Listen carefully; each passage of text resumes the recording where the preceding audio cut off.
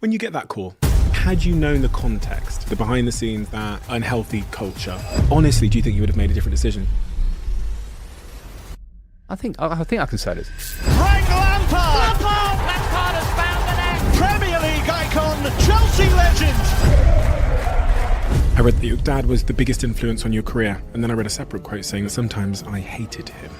You know, my dad was a tough man, pushed me very hard on the football front, and it got probably a bit too much. The fear of failure was a huge driving force, but it made me what I was and gave me the career I got in the end. Chelsea fans will be listening to this because they want to get your opinion on what's just happened, because since you've left, we've not really heard from you. I came back here because this was an opportunity to come to Chelsea, a club close to my heart. But I could see in training the level wasn't enough. The size of the squad, with players that will test you and question you. Questioning you.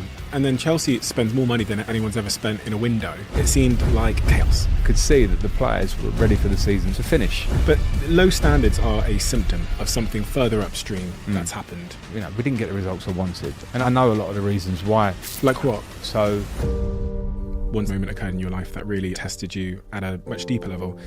The passing of your mother. And while you were playing at the very, very highest level. I was a mummy's boy. I lost the closest person to me, you know, everything to me. The emotional support. I want to say something more, you know, and couldn't. What would you want to say? Frank is a legend. There's absolutely no denying that. But so much has happened in recent times in his life as a manager that unanswered questions remain. And I wanted to have a conversation with Frank, an honest, open conversation, to see if we could get to the bottom of some of those unanswered questions. What was happening behind the scenes? How did it actually feel for Frank? Is anyone to blame? What does Frank want to do next? And how and what caused Frank to be the man that he is? And that's maybe the most fascinating question of all. Because there's some things that Frank has just never talked about before. But he's made the decision to talk about them today. And if you have unanswered questions, I don't think you will at the end of this episode.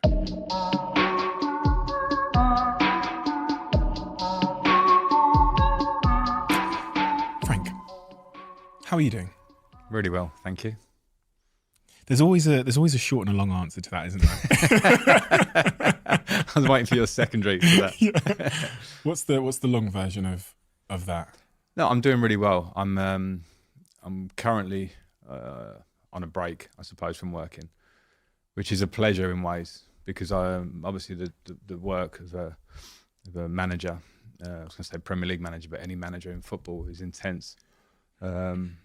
So at the moment I'm on a break. It's sort of holiday time for me a little bit, family time, and probably when I'm out of work, I learned this when I left Chelsea actually. I had a year out after that, and I really learned to try to improve my appreciation of when you're out of work. You're fortunate enough to be able to be out of work, whatever that circumstance is, but try and enjoy your family and be very, very present. So at the minute, I'm pretty present at home, which is a good thing, hopefully, for my children and wife. And I'm in a pretty good place. I remember my brain would often drift off when I had my time out of work. And I would think about things professionally. So I'd think about things that I could be doing, or you'd think back to the past. When you're having those moments where your kids are running around and you have a moment where your brain drifts off to work, what are the subjects that your brain starts thinking about professionally? You think a lot in management about people. So if I reflect on situations like leaving Chelsea or leaving Everton and those things, there are a lot of things that are out of your control. You get to a point where you kind of can get probably 70% of them and lock them away and kind of go, I'm all right with that. You know, results you can't control, but 70% you're okay with. And there's 30% that you kind of niggles at you. That's how I am. And a lot of those things when you become manager are maybe sort of like people things. I think there's sort of tactics and all these things are huge in the modern game. And I'm certainly a coach, I'm not a manager. But when it comes to managing, I don't know, 25, 30 players, managing a building, because you are the figurehead of a building when you're the head coach or manager, I think sometimes when you're reflecting, you can reflect on things. Did I have that? Was that interaction right? Would I have dealt with that right? Could I have dealt with it differently? And hindsight is like the best thing. You know, it's so simple to sit there with hindsight and think, I should have done that. So I suppose I have moments where I go over things like that, but they're all with a yearning to sort of be a bit better or learn that you might have done something wrong, or actually you come to the conclusion, no, I maybe did it right. So, I dip in and out of that stuff. And that probably is, as I say, I wouldn't say I'm the only one, but I certainly am someone that is, I can never control when those moments come. I can be, pushing the swing, with my kid, and then my mind goes back to something or thinks ahead to something. And, that probably means that I'm absolutely invested in what I do. Yeah, I can relate to all of that. And I think anybody can. And I also really liked your analogy of once you get to like 50, 70% peace with something, it's kind of resolved as much as you know. Yeah. And then there's other things which feel kind of unresolved, I guess. Or like there's more wisdom to garner from those experiences. Well, I think if you don't get to peace with the 70%, I think you can get yourself in a bit of a mess. I think you can go over everything and correct yourself, and then what is the answer going forward? So I think kind of understanding what you are, and then going, no, that was fine, whatever the result, for a win or for a loss. I've had games as a coach and as a player where we've won a game and I know I got something wrong in the game, but you take the plaudits afterwards, but inside I know I got it wrong. I've had games that we've lost and you get criticism from the outside, and I know my prep was right, in my head. So I think those sort of things you can kind of stack up and go, no, well, that's fine. But then there's always the 30%, and we'll always strive for, and it might be less. I don't know, 30% sounds a big number when I say it. Sometimes maybe it's 10% to try and make you as good as you can be. So I kind of go over that stuff, because when you're out of work, when you're not working and you don't know, in football, you don't know what your next gig is, it's very hard to jump too far into the future because everything looks different there. So how can you stack yourself up as good as you can now? I want to get into all of that, but I want to take a step back, because I think I feel like there's more I need to understand about who you are as a person and your character, and really the foundations you're built upon to understand all of these things, the things we're going to talk about. So what do I need to know about Frank Lampard in terms of the influences and the experiences that shaped your character? The character of the man that sat in front of me, because I've spoken to a lot of people about you in preparation for this conversation. No, but they all seem to sing from the exact same hymn sheet. They all say, everyone says you're just a wonderful man, like a really good, solid gentleman. And it's, people don't know this, but we were meant to have this conversation before. Yeah. But you've just been a total class act in even not being able to come last time because of reasons outside of your control. The way you conduct yourself, you just conduct yourself as a real gentleman. And then in terms of your mentality, when I was reading through your early years, it's clear that there was this real obsession to be better. I mean, Harry Redknapp said that you were the hardest training, hardest working person he's ever worked with when you're a young man. Tell me, why is Frank Lampard the way he is? I grew up in Romford in Essex. So I would call it probably a middle class upbringing, in terms of my dad had been a professional footballer. And so I went through a pretty comfortable upbringing where I was going to school every day, aspiring to do pretty well at school, training pretty much every day and playing at the weekends. So after school, I would go and train at Tottenham and Arsenal and West Ham. At one point, I was training at all three. You could in those days. Now it's different. I was playing cricket. I was playing for Essex as a child. So that was on Monday night, having nets at Chelmsford. And then on Saturday, I went to school, because I went to school on Saturdays, which I was devastated with at the time, as we all were. But that was how the school worked. And on Sundays I played. So my week was so busy, but it was content, very content.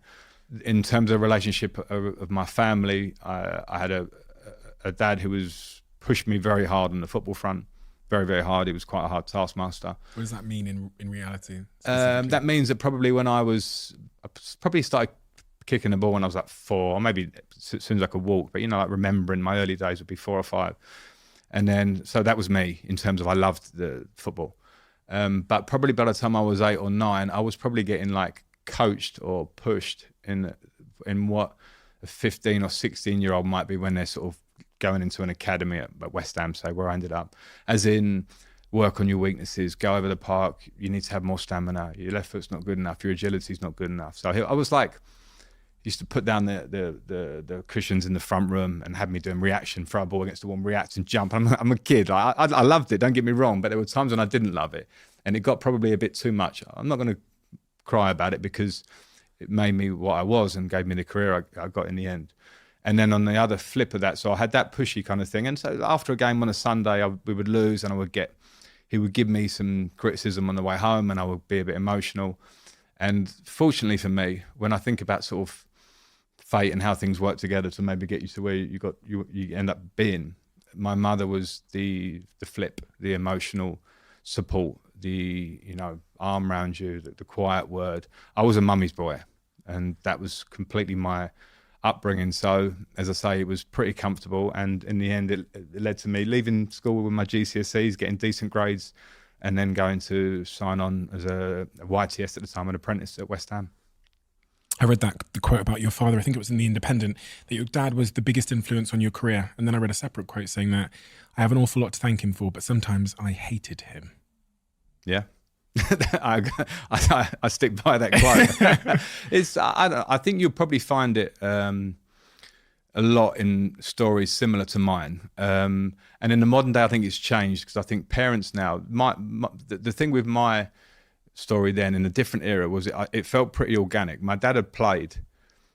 He saw probably a bit of talent in me and pushed and drove in an old school way. I want you to be a player, son, you know. And it was like I think he found a new sense of pride in pushing me there. Now I think some parents get excited about the bright lights that may be, and they push their children. And I think that's another story. But I think mine was real. You know, my dad was a tough man, is a tough man, and he pushed me. And I remember being over a park and it was raining and he was crossing balls for me to head. Heading's never been a strength of mine then and now, so it never throughout my career. And I couldn't connect. I was missing them, and he was shouting at me, and I remember sort of stomping off and being emotional about it. And those things stick in my head. And again, they were the building blocks of myself as a person. So, you know, this isn't a sob story. It's just a reality of what I went through. And as I say, I had a lot of other comfort, so other people don't have it as good. And it was, without that, who knows, in a football sense, if I'd have got to where I got. And how does that, what relationship does that make you have with your work and progress and self-improvement at that very young age? Because you signed at West Ham when you were, 14 years oldish? 15 maybe. 14, 15? Yeah, 15. And I mean, as I said, I read that Harry Redknapp quote that you outworked everybody else. Yeah. What is your relationship with your work from that very young age? Well, I'm sort of really interested in this kind of nature versus nurture thing. Mm-hmm. What was in me already was ingrained in me, maybe to be this kind of very work ethic-y kind of person. I think I had, physical capacity. I was a chubby kid, to be fair. I was quite chubby. I had these big cheeks, curtains, as you had in those days. And I remember, I know I needed to get fitter and get stronger. So, and then being pushed by my dad particularly and encouraged by my mum probably gave me this real desire and an understanding that if you don't work, you're not going to get there. And that, that's what I would try and pass on to my children now. But it really stuck and it became me. So by the time of being, 16, as I remember it probably being at West Ham, my early years, I'd probably been forced into a bit by my dad, but I took it on board. So, I wanted to get faster. So he put me in running spikes and I had to run after training, go and run over the back. And I used to hide my spikes, go out the back. So I didn't want the other players to see me because I felt embarrassed. I'd go in on days off. I would practice extra shooting. I would do everything I could to improve.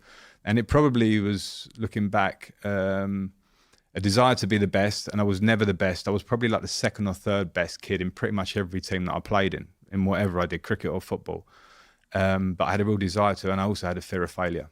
And as much as that doesn't sound like a nice driving force, it can be a really strong driving force, I think. Where did that fear of failure come from? I don't know. I think it's in my makeup, maybe. I don't know. It's probably just how I am. I probably have it still these days. I think it can be really positive. It was in my footballing career and it carried on throughout, probably still in my management career. It can probably be the flip of that in my life, because if I fear of failing something, I won't approach it. And that's me. I don't want that. My wife will always, Christine jokes with me when we go on holiday and you want a paddleboard or something.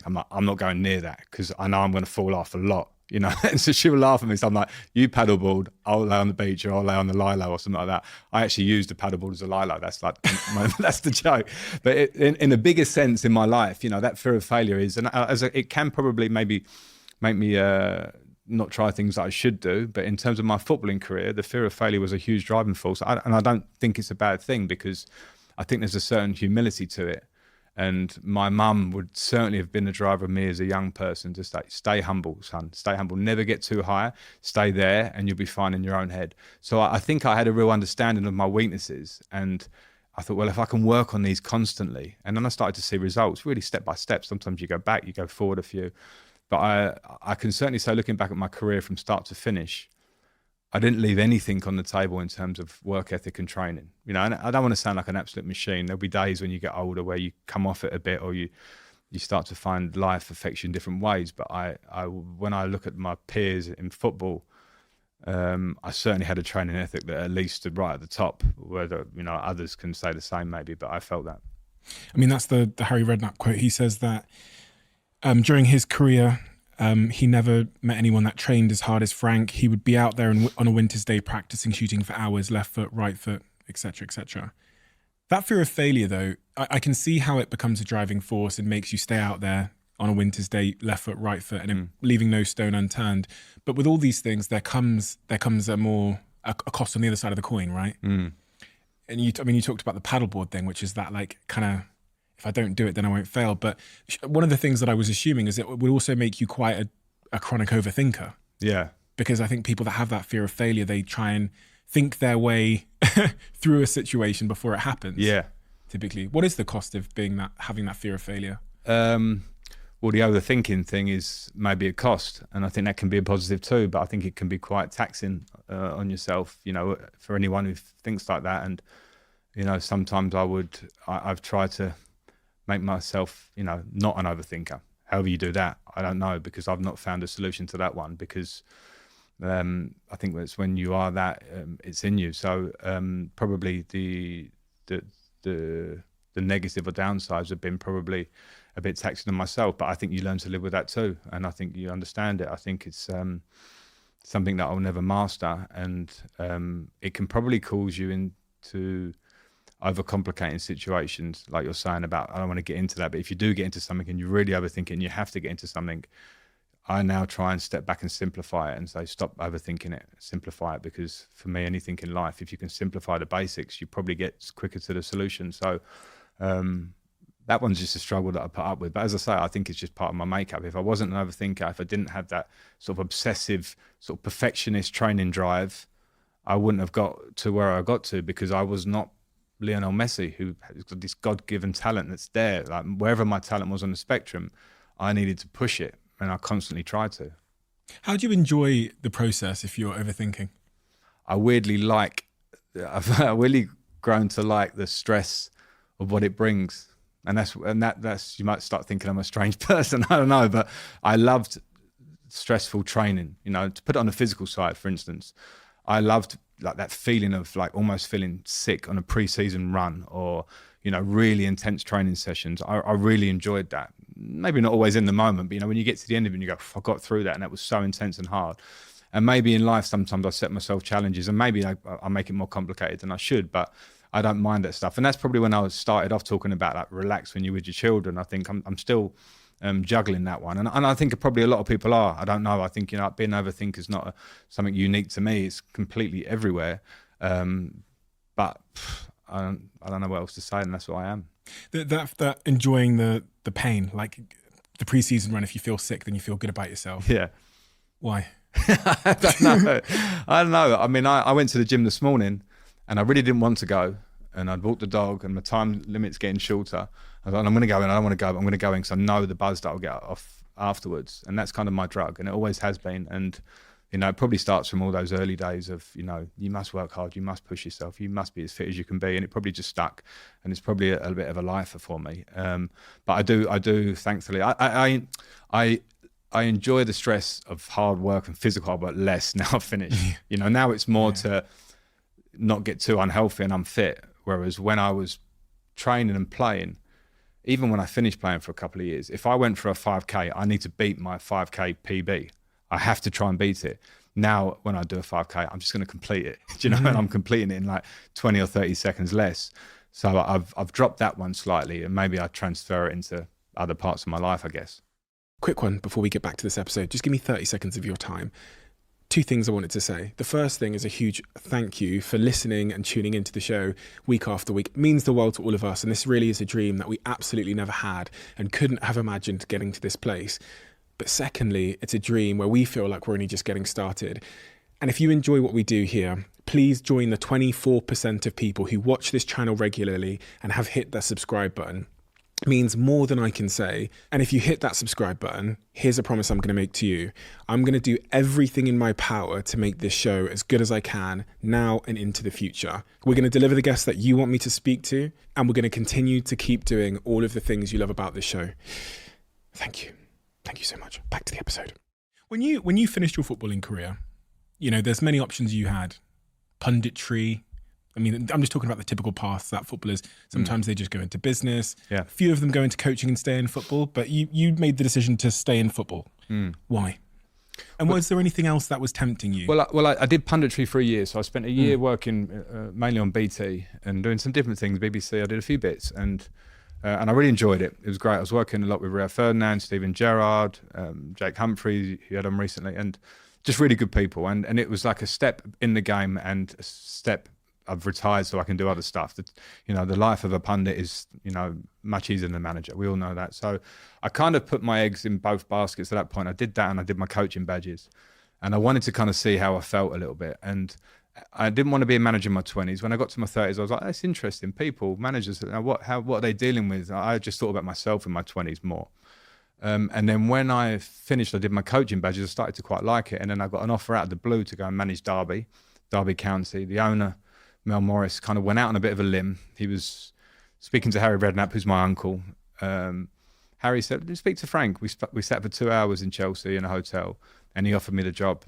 And it was like, Christian has a saying and it's like, jump and the net will appear.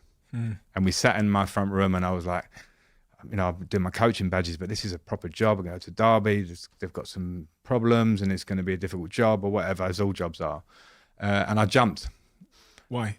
That inner probably drive that I have, that inner desire, it wasn't something that I am an overthinker. So that probably made that process of those couple of days where I had to make a decision really intense.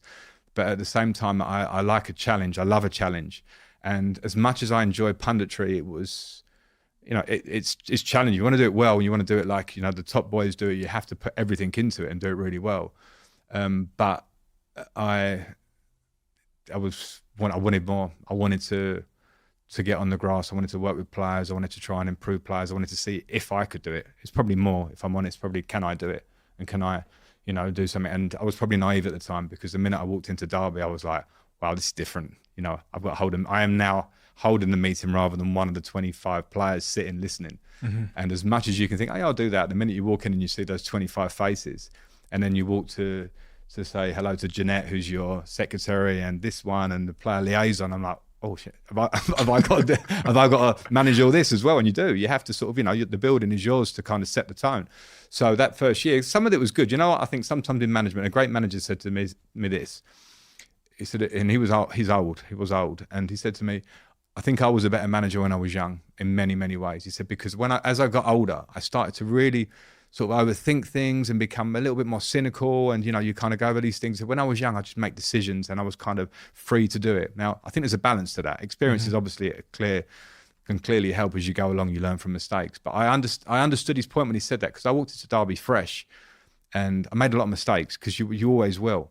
But I also had a freshness and a bounce and a feeling inside me that was kind of like, I want to take this on. And even though there's moments of fear, you know, that kind of, when you feel like a bit of imposter syndrome, should I be doing this? And you've got to hide it. Like I remember having the whistle for the first day in the training pitch going, I'm going to blow this at the end of training. And I've been used to hearing about coach. This sounds so stupid. I've been used to hearing coaches go, shh, end of the session, stop. I was a bit like, what kind of whistle am I? I didn't want to do like a little, you know, and I remember going, you know, like, so let alone like I've got to pick a team and set the tactics and set the tone. I was about all those little things. And I think if they're honest, I think, you know, people in business, yourself, have all had those, the most simple things where you're sitting there going, wow, that little basic thing that I didn't consider is now in my head. Yeah. So I had a lot of those. And it was, you know, we got to the playoff final, we got to Wembley, we lost a final against Aston Villa to get to the Premier League. And I was so disappointed for the club at Derby, and the owner had given me, you know, put everything into me. And we'd had a really good year and got there and we lost it. But in terms of that first year of management, yeah, my drive took me into it. And it was just a huge learning curve, and it was a really enjoyable year. Imposter syndrome, that's somewhat linked to, I guess, your fear of failure. Have you, how does, we talk a lot about imposter syndrome on this podcast because it's a double-sided thing. On one hand, you have that feeling of, which I can recall when I became a Dragon on Dragon's Den and I'm sat next to Peter Jones and Deborah Meaden. Peter Jones has been there for 21 seasons since the beginning. Deborah Meaden's been there for 17, and I feel like I've just walked into the TV. Like your little whistle thing was me like, how do I say I'm out? Like, on exactly, pitch, you know? exactly, yeah. But being at peace with that, like how have you dealt with that in your career? Because you went from being a pundit to managing a club that was trying to get promotion to then Chelsea. These are huge leaps forward. Yeah. Huge leaps forward. I think I probably managed to get coping mechanisms along the way that have put that to the side. And in simple sense, I've become much more confident in myself.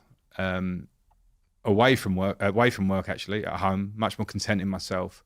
Again, that probably comes back to being really settled in a relationship. I'm 45 now, just turned.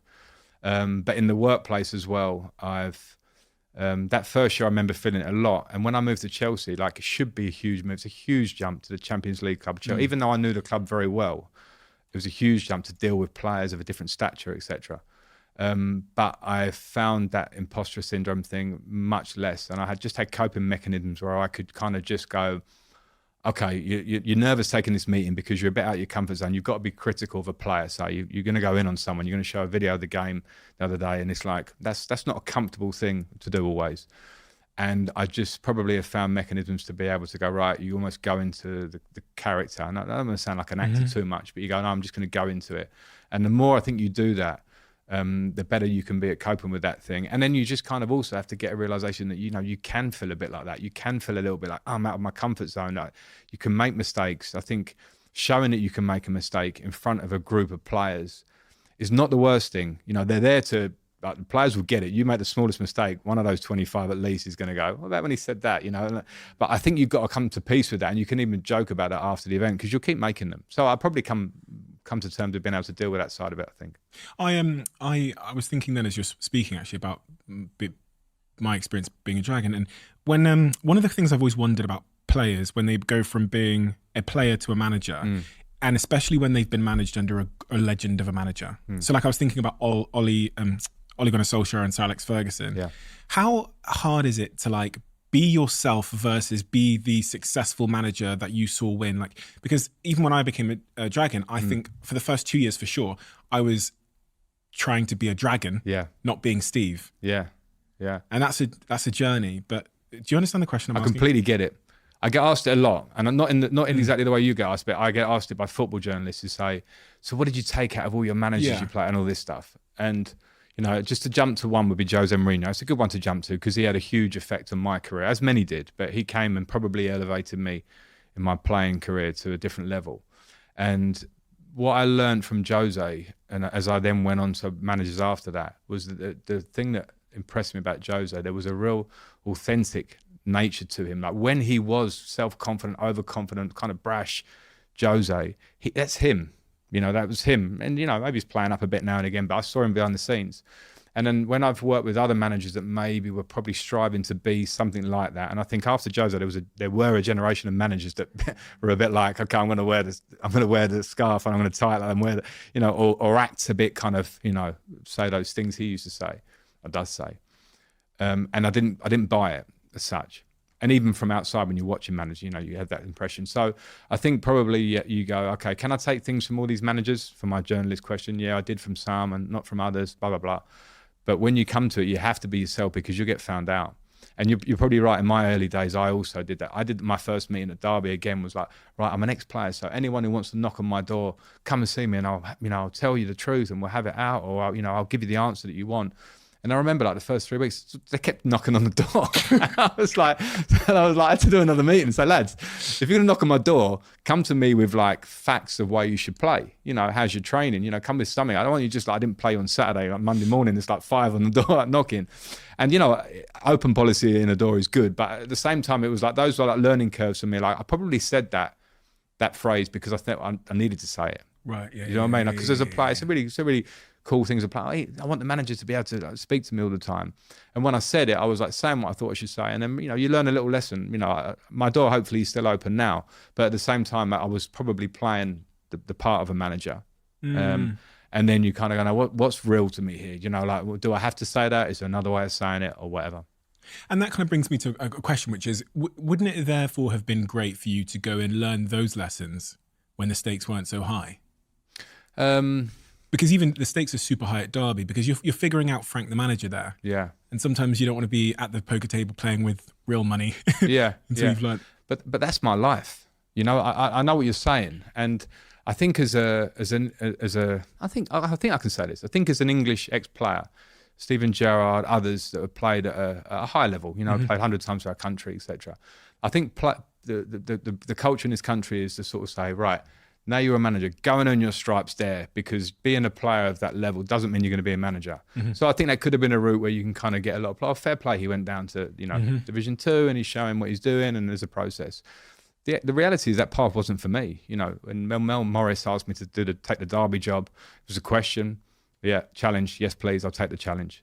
You know, when I had 1 year there and Chelsea came to me, it was a difficult time. I had a transfer ban. You know, Eden Hazard was leaving. It was a real transition. Young players, what's going to be there next year? I think probably some big managers have turned it down, and I know that. So it was like, yeah, you know what? Challenge, I'll take it. So, you know, I don't want to try and recreate the past or think, why didn't I do that? Because, you know, I've managed in 4 years of management. I've had some experience.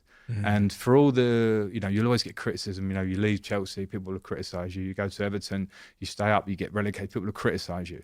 But at the same time, I am resilient enough to deal with all that stuff now. And that's been probably the beauty of having a long career in football. And so my thing is, I can manage Derby, I can go and manage Chelsea and do it to a good level as well, because I've had successes as well as when it hasn't gone so well. I mean, that's the modern day manager. So I think I probably crammed in a lot of work in 4 years, and working at a high end level with players that will test you and question you, because Champions League players question you. So it's just my path. I mean, that's it. So Champions League players questioning you. You don't ever assume that happens. I mean, I don't know a ton about what goes on in the room, but yeah, no, I think when I say that, I think in the modern day player particularly, I think in previous eras it probably would have been more vocal, and you know, but now the modern day player have a good understanding of the game. A lot of them have been coached in academies very, very well to a high level. When they get to the top, they also, when you know, are setting out tactics, they will have questions for you, and you have to buy into that, because you know the reality is what you want is them to understand what you want, or sometimes they say something, you go, okay, we might change that, you know, or whatever it might be. And I think when you get to the top level in football, you have to understand that that's there. Now, they have to understand you're the boss, and you have to make that very clear. But at the same time, there will be lots of players that will challenge you. What do you mean by that, boss? Come to you. What about if that happens? You know, and you get a lot more of that. And I remember reading Pep Guardiola once said that even if you don't know the answer, pretend that you know the answer. I was going to say that. Yeah. And you know, so there is a version of that, because you know when you're getting things thrown at you, sometimes it's like, you know, football is an active game. And I think sometimes in the modern day, we look at, you know, on Monday Night Football, you see after the event, you know, they should have done this, or people are imagining what. You know, Pep Guardiola or Jurgen Klopp or fantastic coaches are doing, and it must be this amazing, complicated thing. For sure, they're amazing coaches, but it's an active game. So if you can give a good message, then the rest is down to the players at the same time. So you just have to prep them as well as you can, but they will challenge you. That got me thinking about when I sat with Jamie Carragher, and he was telling me about all the managers he had had above him when he was playing at Liverpool, and then hearing from all the United players, Nani and Ever and Gary and Rio, about what Sir Alex was like, and then reading through all of the managers that you've worked under. I mean, there's so many of them, from Jose to Ancelotti. So many of them. I mean, there was one period where the managers were being sacked every 6 months. It feels like at Chelsea. Yeah. And the thing I garnered from all of them is that there is actually not a successful blueprint to being a successful manager. There's not like a blueprint. There's not a way to be a successful manager. No. Some of them are tacticians, some of them are man managers. Yeah. Is that accurate? It's very accurate. I agree with that. And Chelsea is a bit of a unique example, because in my time there, they changed manager a lot, as you say. And I don't think that's the most productive way to run a business in an ideal way in terms of football, because in an ideal way, you kind of go, we trust in this manager, let's work with it. Here's the idea, we're going to go with it. And of course, it's the prerogative of the owners to change that. What we did have at the time was a fantastic unit within the dressing room of high talent, high personality that led the dressing room. So we had a great team and a great squad. And when I say that, we had a spine of players of John Terry, myself, Peter Cech, Didier Drogba, Ashley Cole. I could go on. And there were personalities that sometimes would clash. but we knew our place. We knew we could rely on him. I knew that I would run for him and he'd run for me. And we also had high talent of a player that Didier Drogba would score in every final pretty much.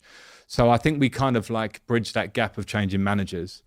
And so I think when you come back to the question of, great managers, I think sometimes it's a case of compromising with what you're working with. You have to get the people skills right. And that's the first thing I learned as a manager. The difference from playing is that you have to deal with people. You've got to try and inspire every player within that group and inspire the collective.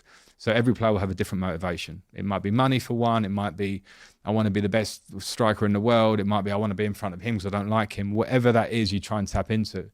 And I think the greatest of managers, my opinion, and I played under, as you say, a lot, and I'm trying to be one, is that they give you something that you believe in, that you can strive for, and you all buy into. And sometimes it's a messy process. You watch Man City lift that treble just now, and you lifted the Champions League. There will be so many things that we don't know behind the scenes. This player's unhappy. Pep had to do this. All these things that come together and give you that amazing moment. And I had that as Chelsea as a player. And so for you to say, go on, tell me what a great manager is, and me to go, here's an answer for you in 1 minute, it's like impossible to say.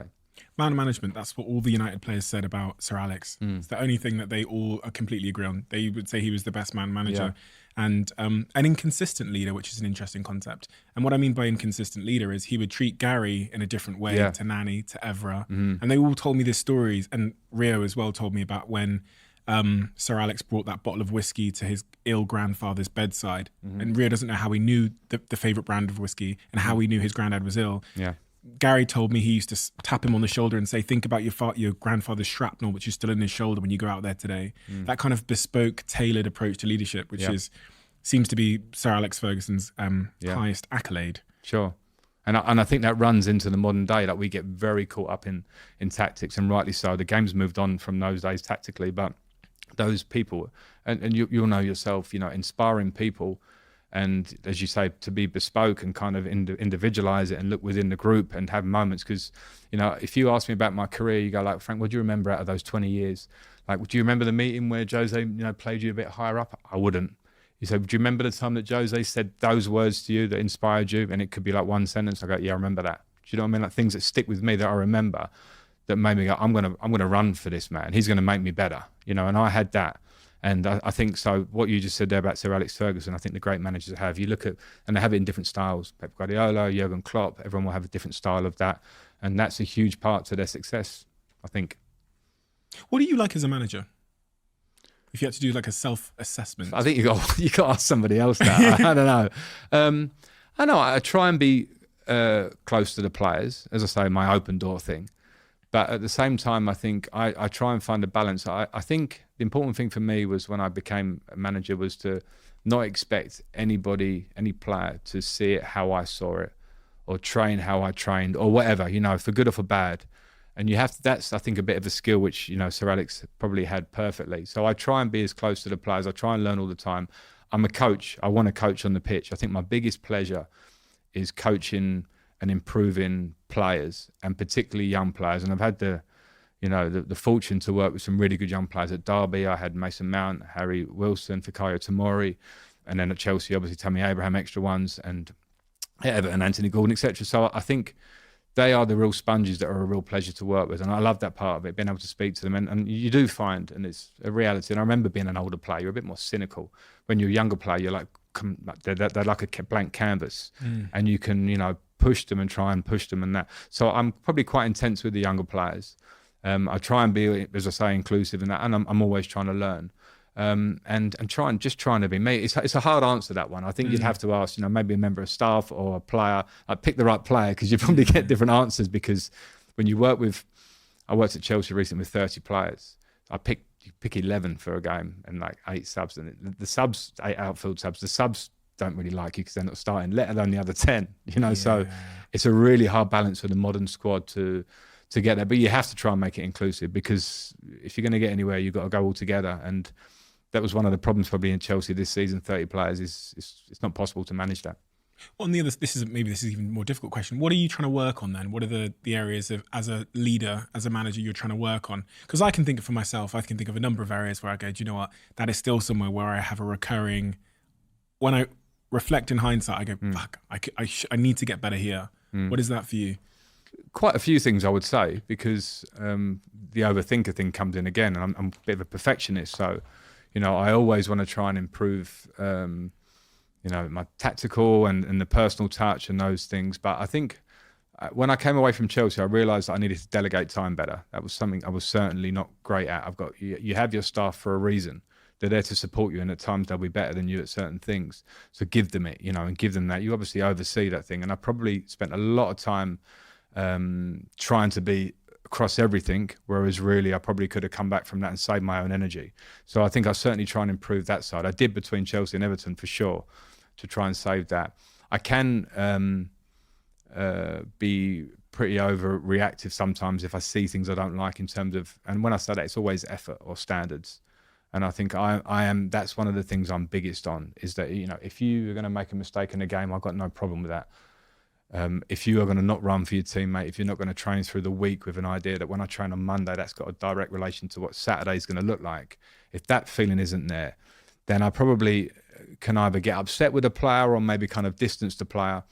And I think when you're working with a group, you have to be careful of that one, because not every player has your mentality. So you have to either try and bring them up to the party, or if not, then they're going to have to not be there if you're going to have success, as far as I see it. And that sounds really harsh, but it's one of those things where you go, if you can work in a team and you're going to take it to exactly where you want it to be, out of that squad of 25, if you've got that kind of, I remember managers would say this, you have, like there's your 6 or 7, you're going to get every day. They're going to train, they're going to come in, they're going to be so active every day. You're going to have the middle group who are somewhere in the middle, and you're going to have the ones that maybe, I'm just coming to training, or, I'm a bit sore today, and that sounds simplistic to say it.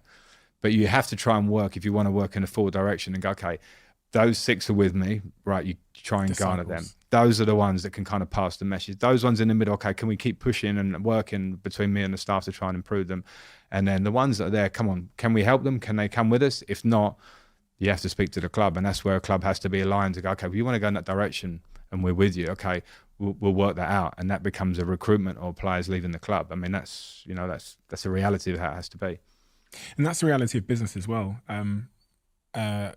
I've just finished writing this book, and it talks about these 3 lines, and basically says, if everybody think about a person in your team, and if everybody in the team represented their cultural values, right, which is what you're talking about with your 6 disciples there. If everybody represented the cultural values, would the overall bar be raised or lowered? And you'll have some people who would imagine, if everyone was like them, like a Frank Lampard or a John Terry, how high that the cultural values would be raised. And then you have other people where if everyone was like them, you'd be relegated. Yeah.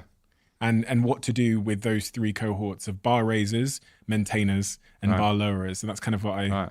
That's a good way of putting it. I mean, I think the bar raisers can take some time to raise the bar, but the bar lowerers can get you very quickly. Yeah. That's kind of my experience, because that toxicity Contagious. or whatever it is, like this, why are we doing this training? Why do we have to do it? Or whatever, that kind of negativity which can slip in, can be really contagious. And then in a winning sport, and as much as we're talking here about great managers, winning is everything, and that's obviously relative to if you're a Man City or an Everton. Like Everton will win kind of 35-40% of games at best at the moment, and that. So that there are going to be 65 or so % of weeks where it's not that great. The bar lowerers can go and they lower it quickly.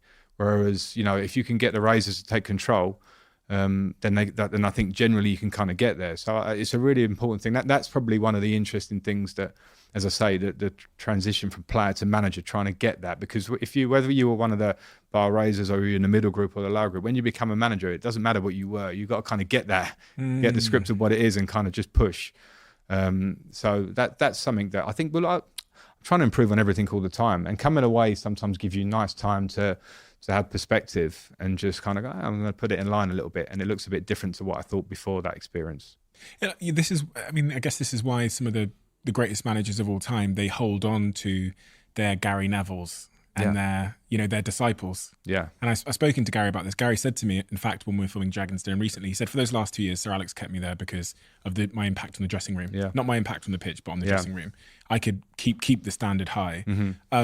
In the modern world, I was reading the stats, managers are getting fired quicker than ever. Sure. And it must be so difficult to establish authority when the players are aware that the manager's going to be the one to be taken out if things don't go well. In business, it's not like that as a CEO, because I own the company and I am the manager. So if there's behavior underneath me that's toxic and contagious, I can act. The center of authority is with me.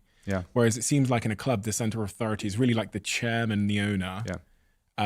Sometimes the manager manages to get there, but in the modern world, we don't let managers last long enough to build that authority. No, and that's the tough world that it is. And I think, you probably have to earn the right as a manager to get to a club, maybe when you look at the perfect models right at the top. Manchester City is a good one to talk about now. I worked with the City group. I had 1 year playing there.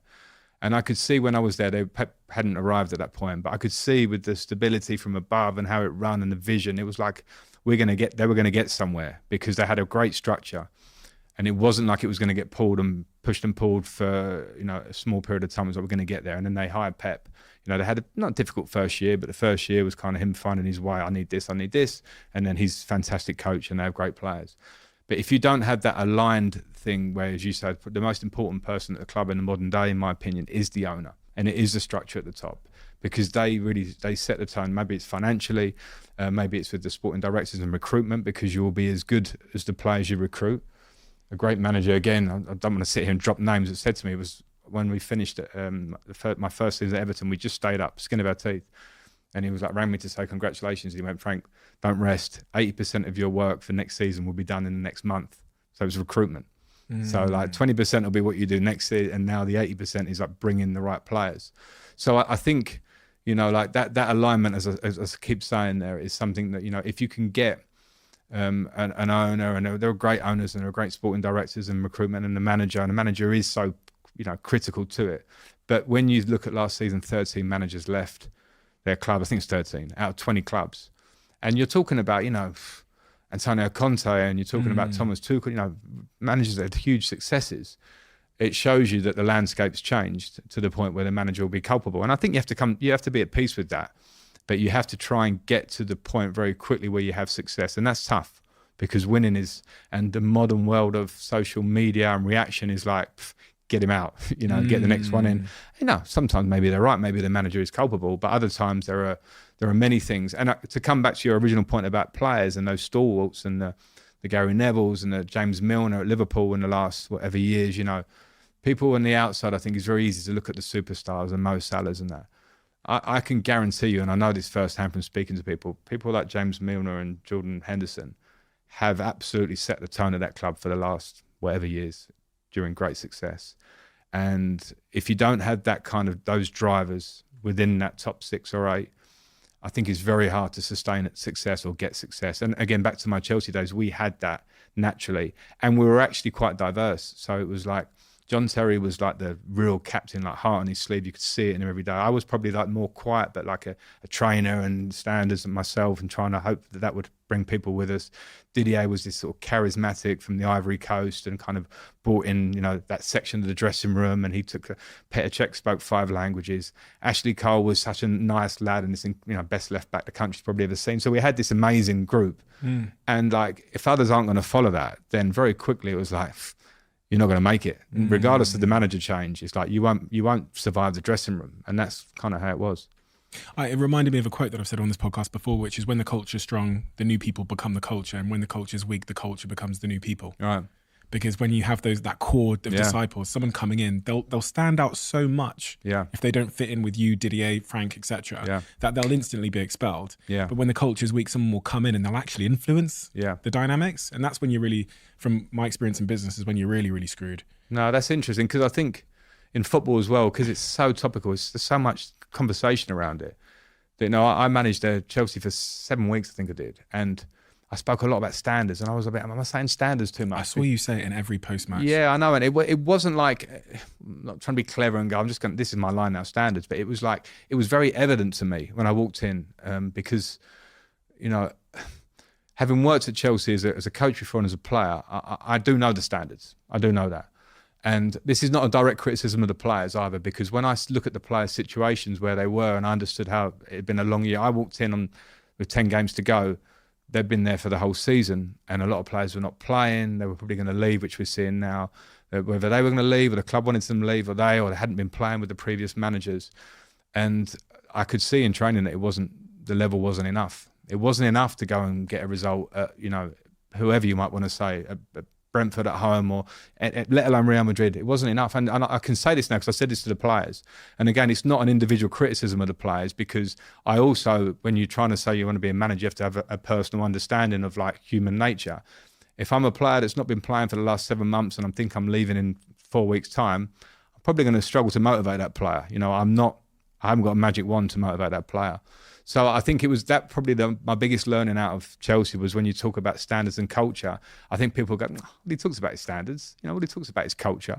And maybe I had to catch myself on and not say it every interview. But at the same time, it was, if you don't have a building block of standards, then that winning culture that everyone goes, what's winning culture? You go, well, I'll try and explain it to you, but it has to start with a basic standard. And which for me is always like train to a level where you're going to push your teammate, he's going to push you, and then we're going to be as competitive as it can be. We don't have to win. Not every team can win. This Manchester City pretty much win the league every year at the minute. So what's success for everybody else? For Brighton, it's coming 6th or whatever. For Newcastle, it's like, wow, Champions League. That's huge success. So everyone has a version, but my guess is those teams that have outperformed, they've got something there which is a basic standard that they just build on. And, to be fair to Chelsea, they're in a position now where that needs to be worked on again. It's a transitional time. That brings me to the quote you said after your Newcastle game, which was, the standards collectively have dropped. I can be honest now, because it's your last game. I might not see them for some time anymore. But low standards are a symptom of something further upstream that's happened. And we saw this at Manchester United. I'm a big Man United fan. I've seen a decade, 5 years of just like chaos where we've got these amazing players, but 1 + 1 = 1.5. We call it diseconomies of scale. Yeah. In great culture, 1 + 1 = 3. Where you can make great average players together play amazing, the football of their lives. The furthest upstream thing, where did the standards start to slip? What is the thing that happens in a club like Chelsea, in your experience, when you went back there, that had caused that dropping of standards, which we now saw on the pitch with your sort of 10 games there? Well, I think when I was tongue-in-cheek, by the way, when I said I'm not going to see them again, because it was a bit like, as I say, I wouldn't say I hadn't said it to them, and I've said it a few times. But the position of it was that, and I think the biggest thing about the standards thing was the size of the squad. It was the motivation of players that you're going to not play, or you're out of the Champions League squad, or these things like, it's like asking, one of you, I don't know, you maybe love doing this. This is like one of your great moments. I want to sit and you want to speak to all these fantastic people that you speak to. Go, thanks for your prep, Steve. And now Peter Jones is going to do it. You know what I mean? You're like, cheers. Do you know what I mean? Like, how long are you going to go with that? Yeah. So, and I think in football, that's a challenge with 20 or so players, which is the modern squad. But with Chelsea, it's got very big to the point where this is how I felt, where I can say, I'm not criticising that player for a drop in standards. I want to try and get something out of him, because I had a short period. I want to try and get something out of him, so I would try. But then when you actually look at it, you kind of go, yeah, but he's had this for a long time where he's not playing. So he's not now being competitive with that player who is playing. So that player's pretty comfortable too, because he's not pushing him. Yeah. So you kind of get this thing where you're like, we probably took it for granted in some of my better days at Chelsea when we were successful, of like this kind of thing that works. It wasn't even a thing you said. You didn't have to sort of have a meeting every day and go, one of the standards culture, nice pie chart, and that's what that is. It was almost like, this is what we do. And at the minute, sometimes for whatever reason, there's a transition of maybe new ownership. Not everything was perfect before the new ownership. I was there before the new ownership as well. Like, to find consistency, as Chelsea would really want, of winning Premier League titles and challenging, has been a good few years now. So I think that getting the squad right, being able, probably a fresh voice as a manager coming in now, who's obviously a fantastic manager with a great record, to come in and go, no, this is the way. And now the squad looks compact. You're going to compete with each other and try and create a great environment. Everyone needs a great environment to have success. You cannot have a success without team spirit and togetherness. So when I got there, I could just see that the spirit and the togetherness was not there. And it was nothing bad. It was not bad to go through the week. I could just see, like, you have to train elite to be elite. You have to. And that's not, the modern day players play every few days sometimes. When I say that, it's not like, show me how many sprints you can do every day. It's like, okay, if we're doing prep tomorrow, give me that intensity of thought about what this is for you, and let me see it in your face. But then at Chelsea, when you did that, you had to go, right, if I want to really focus on the 10 or 11 for tomorrow, that means I've got to have 18 players over there. And you kind of saw the body language as they walked off, some of them, that they were like, again, because they've been having it all season, some of them. So on a human level, I completely understood. And in the end, it was like I came back here because obviously this was an opportunity to come to my club, Chelsea, a club close to my heart. But as soon as I got in, I realised that probably I thought, you know what, 30 players, I can motivate in 6-7 weeks because it's not like a long-term thing. I can come in and be fresh. But in terms of when I came in, I noticed very quickly that some players were probably thinking about this season's going to peter out and what's the future going to look like. And that was a difficult situation. It never crossed my mind that the size of the squad has such a big impact, but it makes perfect sense because you need that sort of healthy competition. And I believe your first team was it 32 players? Yeah. Which is more than you're allowed to register for the Premier League or Champions League. So you had this kind of surplus of... A lot of players. A few are always injured, probably, so that comes down a bit. But it's a surplus, and it's a surplus of... the makeup of the squad is international players generally. There were a couple of young players, but when you try and build a squad, it would be like this is my core kind of 15 or 16, and then you go and maybe these two experienced players that might not need to play every week, and then we've got these kids that are waiting and they're like just happy to be there. They want to play. They're going to be training, and if you give them an opportunity, they'll be like. But when you have like international players in a big number, then of course you're telling internationals you've got to stay at home. It's not easy, and to have the conversation every Friday with them and get them lined up coming in is also not easy for your own energy. Do you know what I mean? So that's not easy. I don't care what kind of a man manager you are. Like it's like next you're not playing, okay. Next you're not playing. Like however you try and box that up to a player, eventually they'll probably go, I know I'm not playing. Stop telling me this shit. Do you know what I mean? So I think that was an interesting learning curve for me. Like an interim job is what it is, and I kept getting asked. People, it was kind of frustrating me at times. Like, are you finding this so hard? Are you finding this so hard? I was like, you know what? I'm back home in a club that I love. A fantastic training ground. I'm doing everything I can in this job to try and improve it. But I knew behind the scenes there were a lot of things that, myself and my staff, we want to improve. We want to coach. We want to sort of when you lack those basics. And as I say, I think there's an understanding in the club that it has to change now. I think it has to change. Then if you lack those basics, then it's really hard to get where you want to get to. How does that happen though? So there's these 32 players, and then Chelsea spends more money than I think anyone's ever spent in a window, in that sort of January window. You bring in all of these players on these long contracts, which I've never heard before. I think it was like 8-year contracts, and they're all like class, amazing individual players. Is that because the new owner doesn't understand those dynamics of football? Because that's what it seemed like for me. I thought either this is a genius or an idiot. Yeah. I don't want to criticize anyone like on a personal level, but as a fan looking and I go, signing these players on 8-year contracts, they're great players spending all this money. The impact on culture when you just throw stars in at such quantity. Yeah. It looked like inexperience and naivety. I think that's understood now in terms of what it's meant with those 30 players. And I think you've seen that now in that already. I think 6, 7, 8 players have left. So I think, but the intentions are certainly good. I know that because the owners gave me an opportunity to go in there and I had a good relationship with them. Their intentions to do a good job at Chelsea are amazing. They want to take the club and be the best. They have great intentions. So now I think those younger players, now with a new voice, a new manager, the squad coming tighter, I think they'll have a greater chance to show what they've got anyway. And they're talented players. And, I remember being in Chelsea when Eden Hazard arrived. And pre-season, it was like, is this kid, he was a bit lazy looking, and he was a bit kind of strolling around. Is this kid definitely...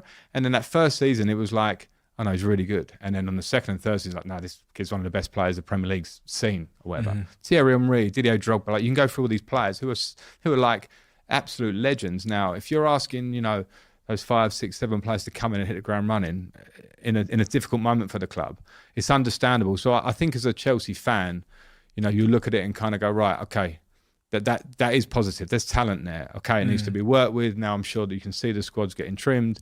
And as I can say, hand on heart, the intentions of the owners is absolutely, they've spent that money because they want to do well. Now, if they're going to address the situation a bit, that's their strategy going forward. But I do think, you'll see players like Enzo Fernandez, Mudryk, and these players, Madueke, young players, they're going to develop and they're going to be big players for the club. You have to get the structure right and the strategy right going forward.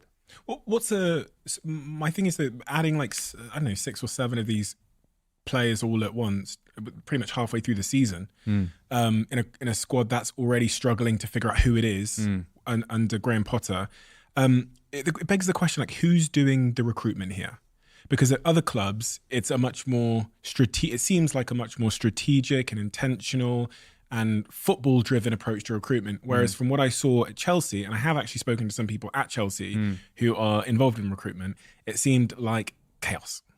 Yeah, I mean, I wasn't there for that period. Right. So that was I got there in April, and so January was the last window, and obviously they spent last summer. But I think the change of ownership, and then obviously some people moved on who were in the hierarchy of the club, and so there was changes. So there was a big change of structure. So I think you have to give some time and some leeway for the process. And there certainly now are sporting directors and recruitment people in there, having worked with them, who are very talented, very hungry, good to go. And I think now it will be up to them to take the club forward. They haven't signed bad players. I think this maybe the strategy of bringing them all in at that time, looks a bit excitable at the minute, as in terms of there's a lot of players for success. But I think probably there's a long game, and I think there's a plan. And I think probably most huge clubs like Chelsea have had a version of what this period is. Manchester United, you mentioned there, Arsenal for quite a long time, Liverpool for periods, So I think we have to give definitely. I think to overjudge now, when I think they have signed some good players, would be to be overcritical. I think at the moment, I think the proof will be now how these players develop once now it feels a bit more settled going forward. I think that's all true. I think what's the optimal way for player recruitment to happen in your opinion? Because you often hear about these stories of where an owner will take charge of a club and then they'll just decide who they want, which is probably what I'd be like if I was an owner. I think I would, I'd like Football Manager. I think I'd just buy who I want to buy, who I think looks good. Manchester United suffered with that. It felt like our decisions were commercial decisions as opposed to footballing decisions. Then when Eric Ten Hag's come in, it feels a bit more like it's football decisions.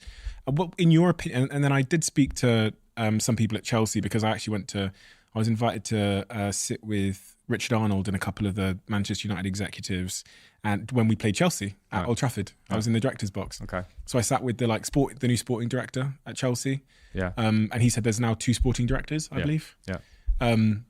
So it was interesting to talk to them. But what is about the optimal way for recruitment to happen in your opinion? Well, I think you have to understand what you want the philosophy and the identity of the club to be. So, for instance, I think Manchester City are quite firm in the idea when the Pep Guardiola's come in, and the sporting directors have worked at Barcelona previously with him, that this is how we want to play. This is a manager that's going to deliver that style. So here's how we recruit for that style. Chelsea's always been a bit different for me. The beautiful game, the tick-attack, as you call it, Man City, has not been Chelsea style. It's been more of a winning machine in a different kind of way. In my day, it was more of a powerful team that was probably, we were good on the eye, but we were not that kind of, pass. We were like powerful and effective. So I think you have to understand what you want to be. And once you get to that point, the first thing is to recruit a coach that, works within that. And, that's the kind of coach you want, because this is what you want to be. Those conversations are an interview process. And then once you get to that point, I think the recruitment has to be joined up, depending on how active the owner wants to be. And I respect and appreciate active owners. It's their clubs, their prerogative. And then the sporting directors and the manager, and then obviously recruitment, which brings all the data analysis into the picture, and it has to be joined up, and you have to be all very confident by the time you want to bring in a player that you're going, this is the player we want to bring in. There are always 1 or 2 or 3 options, because you may not get target number 1, but I think you have to be able to recruit for the style that you want to be. So the coach really has to have a big buy into that as well. But you, as a coach in the modern day, you understand the process. I appreciate being aligned and having other people, not just responsible for who you're bringing in, but also like giving me something that I don't know. I'm not there siphon through the data. They have to show you that data, and here's the reasons why, the videos, people that have watched them, and also the personality of the player. Because not to say you're going to sign, 10 James Milners because their character's amazing and their professionalism, but you need to know that they're going to come in and the dressing room they're going to be good for the dressing room, and they're going to help in terms of how you drive forward in terms of their personality. One of the key questions I want to answer, and I wanted to ask you today, is like, what would have had to happen to avoid the situation where you had that unhealthy culture at Chelsea behind the scenes, and when you came back in as the interim? What could you have done to avoid that happening? Say you were if you could, in hindsight, have a wand and correct things that were done. I get the first point, which was about smaller squad size. What else? What else avoids that? Me scenario? from my first day in there. You're a genie, and you can, knowing what you know about what you inherited there. What would have had to be done previously to avoid you inheriting that? Smaller squad is the first thing that I got. Yeah, smaller squad. I mean, some things are just a bit, like there are phases, and I think Chelsea, they won the Champions League. I left. They won the Champions League like 3 or 4 months after I left, and at that point you kind of go, okay, where's the next move? And you kind of go, how was recruitment then? What things worked then? And maybe some players left during that period. Maybe in terms of recruitment, you wanted to bring in maybe some people would be like the future in terms of when I was at Chelsea before, I wanted to bring in Declan Rice. I was like, this kid's going to be the captain of Chelsea for the next 10 years. It didn't happen, but anyway. But I think in terms of those things, it's hard for me to sit here and kind of dissect other people's work in that period in between. Like I would have maybe had an idea. It wasn't my idea because I'd already left the club. So maybe like when I came in, it's really hard for me to kind of dissect all those moves. I came into what I came into. So, I think it'd probably be a little bit casual for me to kind of go, they should have done this. It's a hindsighty one that's. Yeah, it's kind of me wondering, just because I've been a Man United fan and I've seen that happen, and I saw obviously Sir Alex Ferguson leave, and then we just had these 10 years of what I describe as like confused chaos. And I'm trying to figure out almost like how in a Sir Alex Ferguson situation, how we could have avoided that if at all possible. Yeah. I mean, it's such a big figure. That's difficult, isn't it? I agree. I don't know enough about Manchester United, but I can understand why after Sir Alex leaving, and also some pivotal players will probably come into the end of their time at the same time as him leaving, to replace that and keep moving forward. I mean, there might have been mistakes and it's not my thing, but I can understand why it feels like a long period for a club the size of Manchester United. But it just shows you that I think that how cutthroat and fast moving this Premier League is, because if you come off the gas in terms of recruitment or whatever, or you have a bad time, climbing back up there, like people think, oh yeah, you're Chelsea, you'll be in the Champions League again next year, or Arsenal, you'll be there. Like Arsenal had to work a long time to come back and challenge for the league last year with a lot of work, and people were criticising Mikel Arteta in the beginning, and now they've worked together and stuck together and recruited really well, and now they're ready to go. So I mean, I don't think we should expect, even you being a Manchester United fan or me having a Chelsea head on that, next year it's going to be great. Like everyone else is moving forward too, So. When you get that call, the interim call,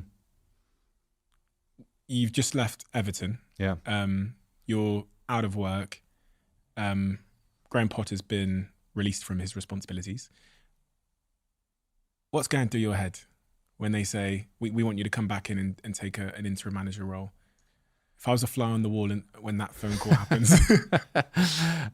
You nearly were. Yeah, I was. We were going to do this. Yeah. So I know, I mean. I wasn't going to tell the story, but... No, I can tell it for you. I was coming to meet you and I rang you to say, sorry, I'm going to become Chelsea manager. That meeting, people arrived at my house that afternoon. So... Well, just to be clear, you didn't tell me that exactly. You said, I can't come and I can't tell you why. Then I told you after. Yeah, right. Then you told me after. But I'm not an idiot. So right, okay. I kind of inferred maybe that. Okay. So anyway, I mean... No, I think probably that it's normal that I consider everything. And, I probably considered it as in... Firstly, it's a club very close to my heart, as I said before. A challenge of working, and it was like we had 2 games against Real Madrid, and we had the season to pan out. It was a difficult running, so I was fully aware of that. And I don't know, maybe I do love a challenge. If that challenge had been probably any other club other than Chelsea, I probably would have said no. I was very happy to be at home as such in that period. I wasn't fighting to get a job at that period. So it was probably a bit of head and heart.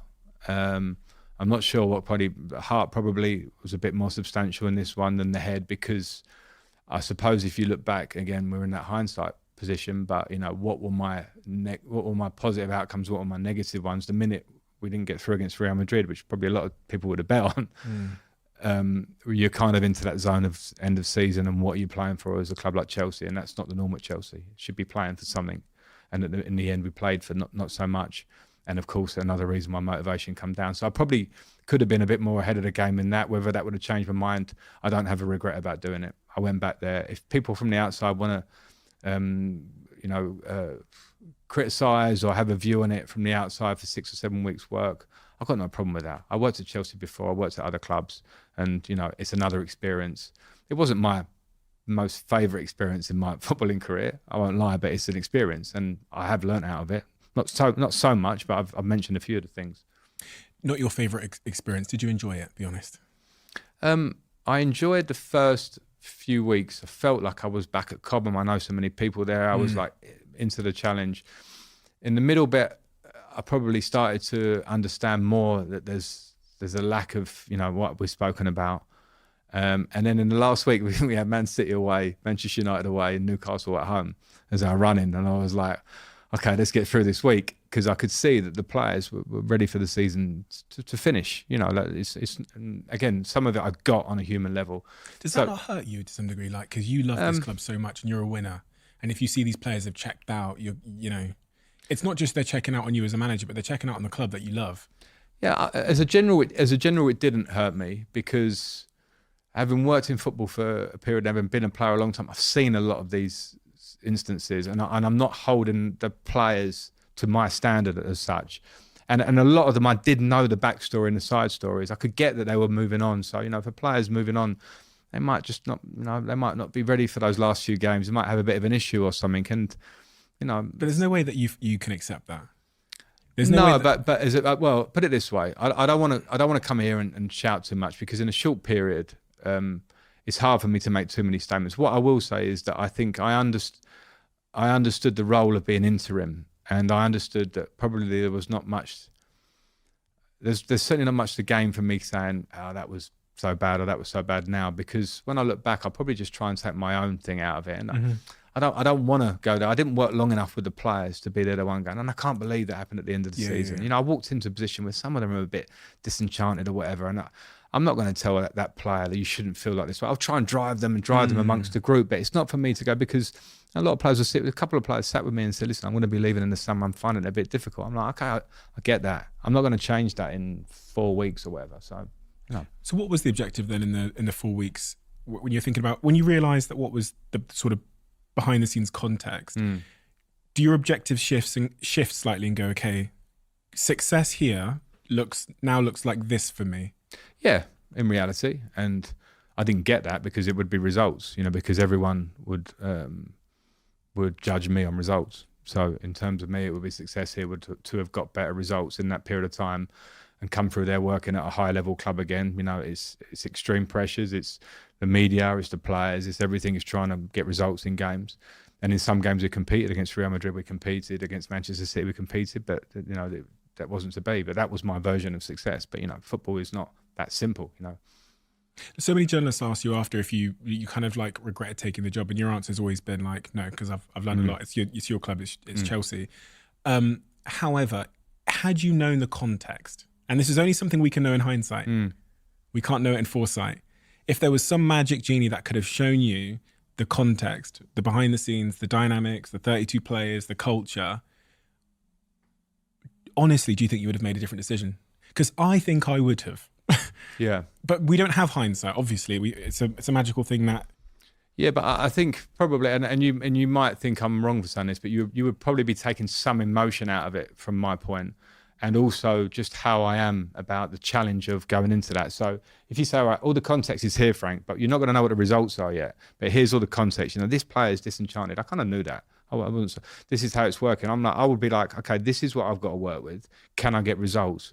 And whether I was misguided in my own thoughts, I probably would have gone, yeah, I will do that. If I've got to be honest, it's too easy for me to say I wouldn't have done it for that. And nobody gave me that, what you said. If we had that in an ideal world, I understand what you're saying. And again, that's why people might look at it.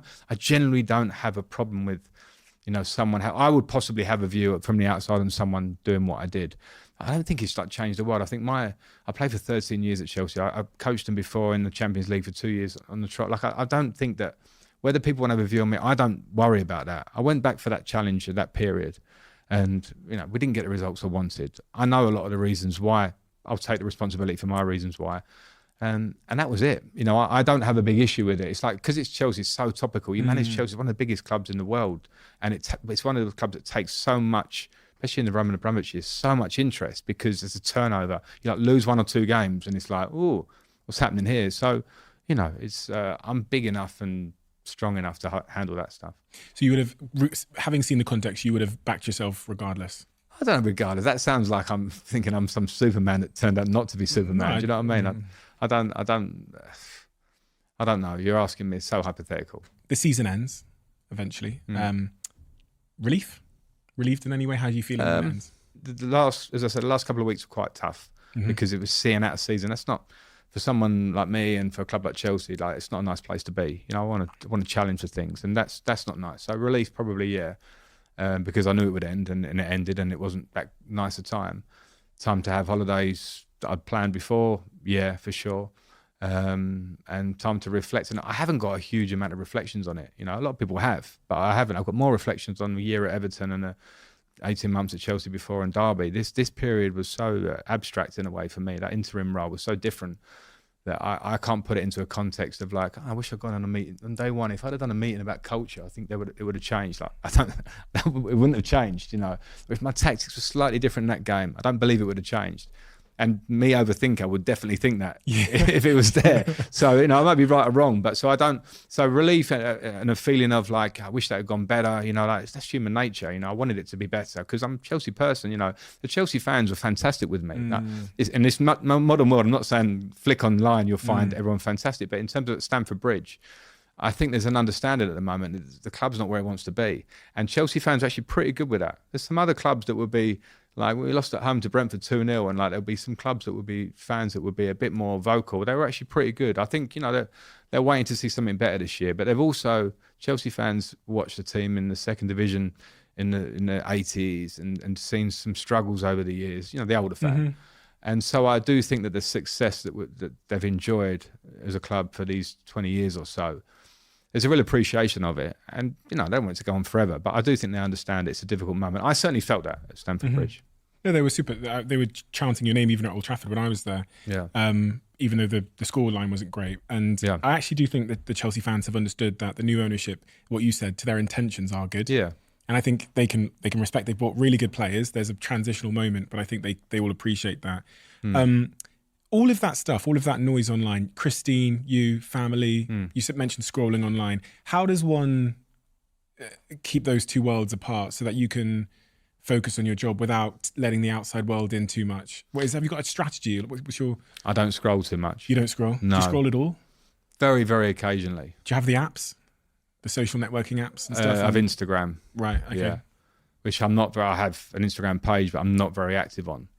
It's just not really me.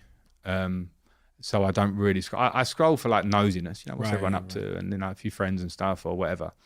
But I don't actively do it because I'd say I don't have the time to do it in terms of myself. It's just not something I appreciate. Anyone else wants to show themselves, you know, sunbathing or in the gym, like that's their prerogative. I've got no problem with that. For me, it's just not something I do. And then that's a nice line. I'm quite a boxer in my life. When I say that, I mean I box off things. And when I want to box off, I don't want to hear that you know what some fan in so and so is going to say about me here and flick on the comments from a Chelsea post. I would just flick by that. I try and stay aware of media because I think I do press conferences every 4 days. You have to understand what the tone is of what maybe people are writing about you, or, you know, the journalists. How do you do that? Have you got like someone that comes and briefs you in the morning? Yeah. And they tell you what you need to know? Yeah. Okay. Yeah. Yes. And I would tap into it a bit in the week, whether I'm flicking on certain websites through the week. And I wouldn't obviously go in, as I say, into the story, into the comments. I would kind of go into, because you've got to be across things. I would do that. But I think it's very unhealthy to scroll. Like I found that as a player, my playing career missed out the social media. It came in towards the end, and I'm so thankful that it did. We used to just have the newspapers giving us like 3 out of 10 when we played for England and we got knocked out of the World Cup. Right. And that was hard. It was like looking at the paper to see what they gave you. And that was a version of that. And then the social media. So I don't envy the modern player. As a manager, I think it's a bit different. I'm not in a place where I scroll through. I don't envy these younger players, men and women now, that are coming through and are sort of household names, and it's getting so much attention and so much of it's negative. I think it's incredible that we've got to that stage, that there's that amount of hate but it's so easy to be hateful. And I would try and say to the young players, don't look at it. But the minute the game finishes, they're flicking, and it's difficult. In your professional career, what has been, what do you kind of count down as the hardest moment in terms of scrutiny in your professional and like your playing career and your managerial career? What has been the hardest moment for you? Playing for England. Really? Yeah. 2006? 2006 World Cup. I think I broke the record for shots at goal without scoring. Classic. Wasn't there a disallowed one that should have gone in? That was in 2010. Oh, okay. So 2006, I think I had like 32 shots or something. I went in as England Player of the Year. I'd had a good year or two playing for England, so I'd got myself in there and was becoming, in a fixture in the team. And then I went there, having scored some goals in the lead up, scoring at Chelsea, and just had a tournament and it wouldn't go in for me. And then that played on my mind in games. I was like second guessing myself a little bit in the game, and probably off the back of that, there's a lot of criticism for myself, for some others. I remember us Chelsea boys getting a lot of criticism for the next 6 months. Every away game that we went to was like, "You let your country down." It's the song. How does that compare to being a manager in terms of criticism? I found it harder as a player. I don't know whether it's just maturity, because as a player, I don't know. Maybe it's in my 20s. I found it harder. As a manager, I think it's a different version of criticism, and I think as a player, I don't know why. I found it harder. If I'm a fly on the wall after a bad defeat, what do I see? You probably see a bit of a face, and a going over the situation kind of face. And it's different. I have certain games that it will affect you, and it might not be the one you'd expect. The Manchester United you talked about there, we lost 4-1, was it? And that one might be different because I kind of know where we're at. This season's petering out. We played some good stuff, whatever.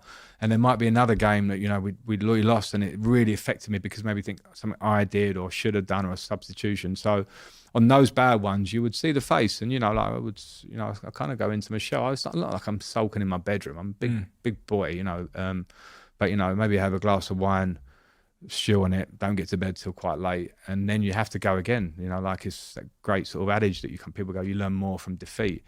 You don't feel like that straight away, but you have to be big enough to go over the game again. What's the strategy now? What's the solution to that? What do we do wrong? And that's what it is. You can't get too down, but we're all human. When you were 29 years old, one such moment occurred in your life that really, I think, from your own words, tested you at a much deeper level. You described yourself as being a zombie for a year after the passing of your mother. Mm-hmm. She died at 58 years old while you were playing, and while you were playing at the very, very highest level. That, for me, struck, when I was reading through the way you described that moment in your life, struck me as a real sort of destabilizing moment in terms of focus and all of those things. The question that I had is how, as a player, when you're playing at the highest level and you have something like that happen, how do you show up and maintain those standards and be Frank Lampard? That's probably what I meant when I said zombie, because it became autopilot.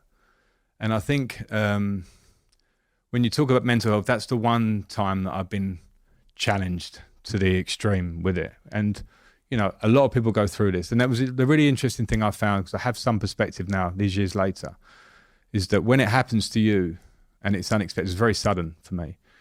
You've never thought about that kind of thing happening before. The only thing I'll say is this: I was a mummy's boy, as I've said before. So I used to have these weird moments. I don't know if you had them. I had them sometimes when I think about death, and I kind of go, "Oh God, when you die, there's nothing." And I have those moments, and it hits me in the stomach for about like 4 seconds. I'm driving along, and I'm like, "There's nothing." There's absolutely nothing. And then you go, "Oh, don't worry, you got to go to work," and life carries on. And I used to have that with my mum. I don't know, it was probably reliance I had on her. I was so like mummy's boy, growing up. That I remember as I got a little bit older, like to my teens, and I was like, imagine mum wasn't there for a moment. There was a panic for like 10 seconds. I remember them. And then because I was 29, as you say, and it was very sudden. I was in a hotel that we used to stay at pre-game. We were playing Wigan in the evening at home. I got a call from my sister telling me that she'd fell ill. And then so I kind of went, okay, she's going to hospital. Okay, that's a bit dangerous. So I went to sleep. I didn't sleep. Supposedly would sleep. I was kind of laying there a bit like tossing and couldn't get off. I'm angsty. I got another call. And then as we get on the bus to go to Stamford Bridge, which is like a mile, I get the call that no, she's getting much worse. So I'm like, right, I'm in Frank, I'm a sportsman, go and do your job mode. And then I just kind of broke a bit on the coach. I felt myself go grey. And someone said to me, I said, "You went grey." But I felt myself go like, oof. Anyway, got to the stadium, said to the manager, "This is what's happening." And he was like, go. So I was like, in my tracksuit, drove over to East London. Mum's in hospital. So when I get there, Mum's now on the verge of going into intensive care. So she's got the stuff on and stuff. And I walk in, I'm in my tracksuit. And my mum had the oxygen mask on. And she hadn't been speaking, so she's taken really ill in a day. And she lifted a mask and said to me, "What are you doing here?" So I'm in my Chelsea tracksuit. And I didn't know what to say because I didn't want to go, I'm here because this is a really bad situation. I went, "I'm just here to see you, Mum," and then sort of put the mask back on. And then she was really, and then they kind of wheeled her in. She held my hand, which I'll never forget. And then she went in and was put into intensive care. So that was a 1 week process of my mum in intensive care. So she started to get better. And then a few of the family were kind of getting, not excited about it, but it was like, that's progress. Mum's out. She'd been on every machine possible. And I'm still having to think about going into work. I can't remember if I trained in that period. I can't remember that week. That's like a blur. I just remember being at home a lot, really, in a bad way. And then we had Champions League games coming up against Liverpool. I played one away. I came back. Mum was getting a bit better. And then we got the phone call that she'd passed away. She'd had a brain hemorrhage. So just as she was getting better, everyone was excited. She passed away there and then. So it was like the biggest devastation. I can't explain. And as I say, years later, I realised that this happens to so many other people. And when you're a young man who hadn't really lost anyone, you don't have that real feeling of what that is. And I lost a person that was the closest person to me, everything to me. And I'll never forget the feeling in my stomach. If I talk about it, I get it instantly again. I lost, what was my best friend, the person that had given me all that kind of emotional stuff I'd spoken about, the warmth, and the sudden feeling that someone's not going to be with you. Like, it doesn't compare to anything when you're that close. So in terms of work after that, probably some of it, if I look back, I probably go, maybe I should have just come out of it. Like, life is bigger than that. But it was like probably a tiny coping mechanism for me. We played a game against Liverpool, the second leg, and I scored a penalty. We won the game. Now we're getting sent to the Champions League final. And I remember sitting in the dressing room afterwards, and I had this almighty sense of fatigue and body and mental fatigue. And I went home and sort of opened a beer, and I couldn't even drink it. And I went to bed, and it's like everything came out of me then of like a week or two of full blast of this pain. It's this complete pain. And then you lose your best friend and the person that I've still got a number in my phone, and I've still got a couple of voice note things. We were never a big family for videos and stuff, and I wish we were. The only thing I have is my mum's sister is Sandra Redknapp, Harry Redknapp's wife. And every time I speak to Sandra, I hear my mum. They look very similar. They sound very similar. And it's like, in the first period, it was painful. Now it's kind of nice, because that's a memory for me. But it's the feeling of grief, it catches up on me now and again many years later. I think I probably had a year, I was sort of single. I was like probably drinking a little bit. I was playing fantastic football. I had a really good year of football. It was weird. And then I met Christine, and thank God Christine came along around that time, because I was a little bit, not right in that period. So it was a really, obviously, anybody who loses someone so close to them, but she was so big in my life and was such a balance in my life. And then, that sudden thing is just terrible. Did you process that? Because it sounds like, because you had football commitments back to back to back, that there wasn't really an opportunity to like sit and... Yeah. I don't know. I mean, I've been through the experience, and that zombie thing I talk about is like, I couldn't comprehend it. I felt empty and weak, but I had a job to do, and the job was so secondary. I certainly wasn't trying to be a hero. I just didn't know where. I think if I'd have laid around all day, I would have really taken more of a hit. It was almost like getting up and going to work in that period and having something to aim for was just almost like, that's what I should do. And then I definitely took the hit later on for that. I definitely took a kind of deferred moments of grief, and I talk about them, like I say there. It could be anything that would be a couple of glasses of wine and something said at a dinner table, a moment of someone else, and I feel bad about this, talking about their mother or something, and they're talking glowingly about their mother, and you kind of get hit, or another parents' birthday, like crazy things I've got no right to be upset about, if you know what I mean, but it just hits me, and you kind of, and I, that sort of get on with it, like hard nose, get on with it, son, kind of feel, which has stuck with me. There was the one time I remember being absolutely broken and tested on that, because I had no, and I got some anger as well. I remember having road rage a couple of times, literally the few days after I pulled out on my drive. And it was a Chelsea game, so I wasn't playing it because of what's happened, but I was at home and I was driving to go and see my sister or something. Someone sort of drove across me, and I got out of the car, and I went for them, and it was a Chelsea fan. He went, "Frank, calm down." I was like, "Yeah, sorry." And I had these moments of anger in a period afterwards, which would just come out of me out of nowhere. And I wouldn't say that they've stuck with me from now, but it definitely changed me as a person. I don't know how to explain it, but it definitely made me have a different take on things and be a bit more, I don't know if ruthless is the word, but more, you know, that thing about kind of like cutting out some people that were in your life that you maybe would have got on with. I just kind of took a little bit more of a direct approach in my life after that, amongst some serious moments of grief within it. You know, it was just a tough time. The only benefit, it sounds really warped. I said this to someone the other day. The only benefit is that now, you know, I don't have to go through that again. That sounds really strange. It was such a tough period for me that the only thing now, and I see, you know, Christine's family are there and other people around me have friends and family, and I miss my mum so much, like every day. And as time goes by, of course, things balance out.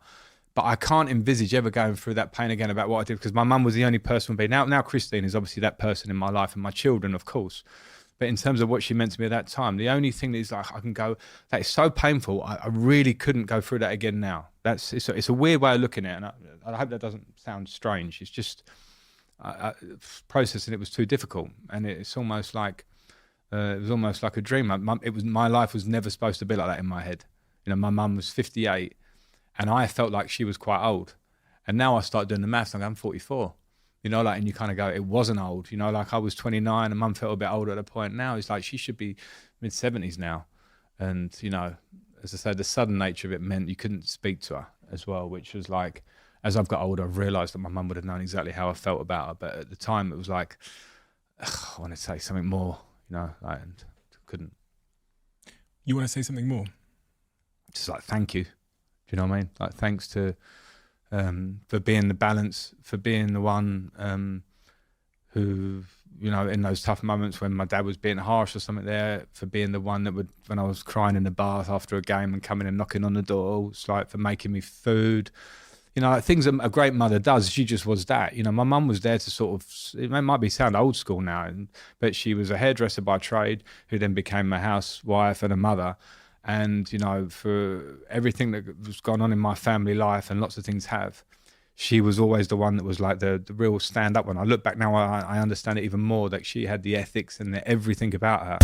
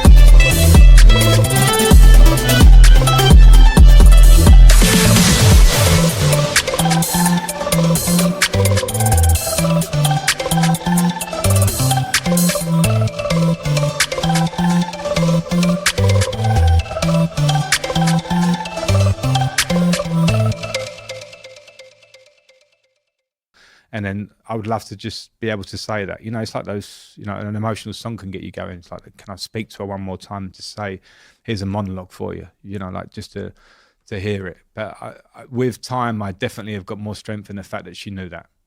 And that's it. And when everyone I speak to says that you are that class act, you're kind, you're empathetic and all of that, now I know where that comes from. No, I don't know. Listen, I knew you were going to ask me this because I've seen you. It wouldn't. It's part of my story, and I didn't want to cry. I'm surprised I haven't, but because I've cried probably enough at different times. But it's almost something like it is strangely therapeutic to speak about it, and this is very public, and that's not normally how I am. I'm very private. Our lives, Christian, are very private. It's how we like to live. And sometimes when those moments where I say the really grief-stricken moments over a glass of wine, I kind of feel better after them because that's probably what I held in when I was like hitting that penalty and people giving you huge plot. I remember when you scored that penalty when your mama just died as if it was like a hero moment. It wasn't. It was me just kind of going, I've got to try and do this and do my job. And then these moments now sometimes are quite therapeutic, if I'm honest, but it's...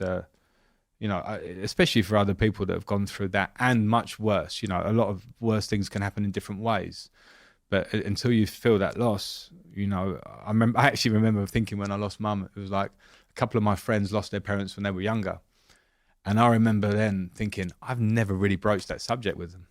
A couple of my friends are like 14 and lost, I met at school like that age, who had already lost their parent or were in the process of, and I never really kind of went, and they were like 14, I was 29, and I'd never even not thought about it, but you kind of go, oh, sorry, mate, and then you move on, and you go, imagine what's, all the things, and I had to process at 29, it's slightly different, but those things, so it, life kicks you sometimes, and that was the biggest kick I think I've had till this point, and hopefully for a long time. Do you talk about your emotions with Christine? Yeah, I do. I think I'm quite good about that. She will say to me sometimes that I'm quite closed to that stuff. And then that kind of kicks me into talking about it because... We're really good at that, aren't they? Yeah. My girlfriend's really good at that. Yeah. Annoyingly good at that. Yeah, no, they're really good.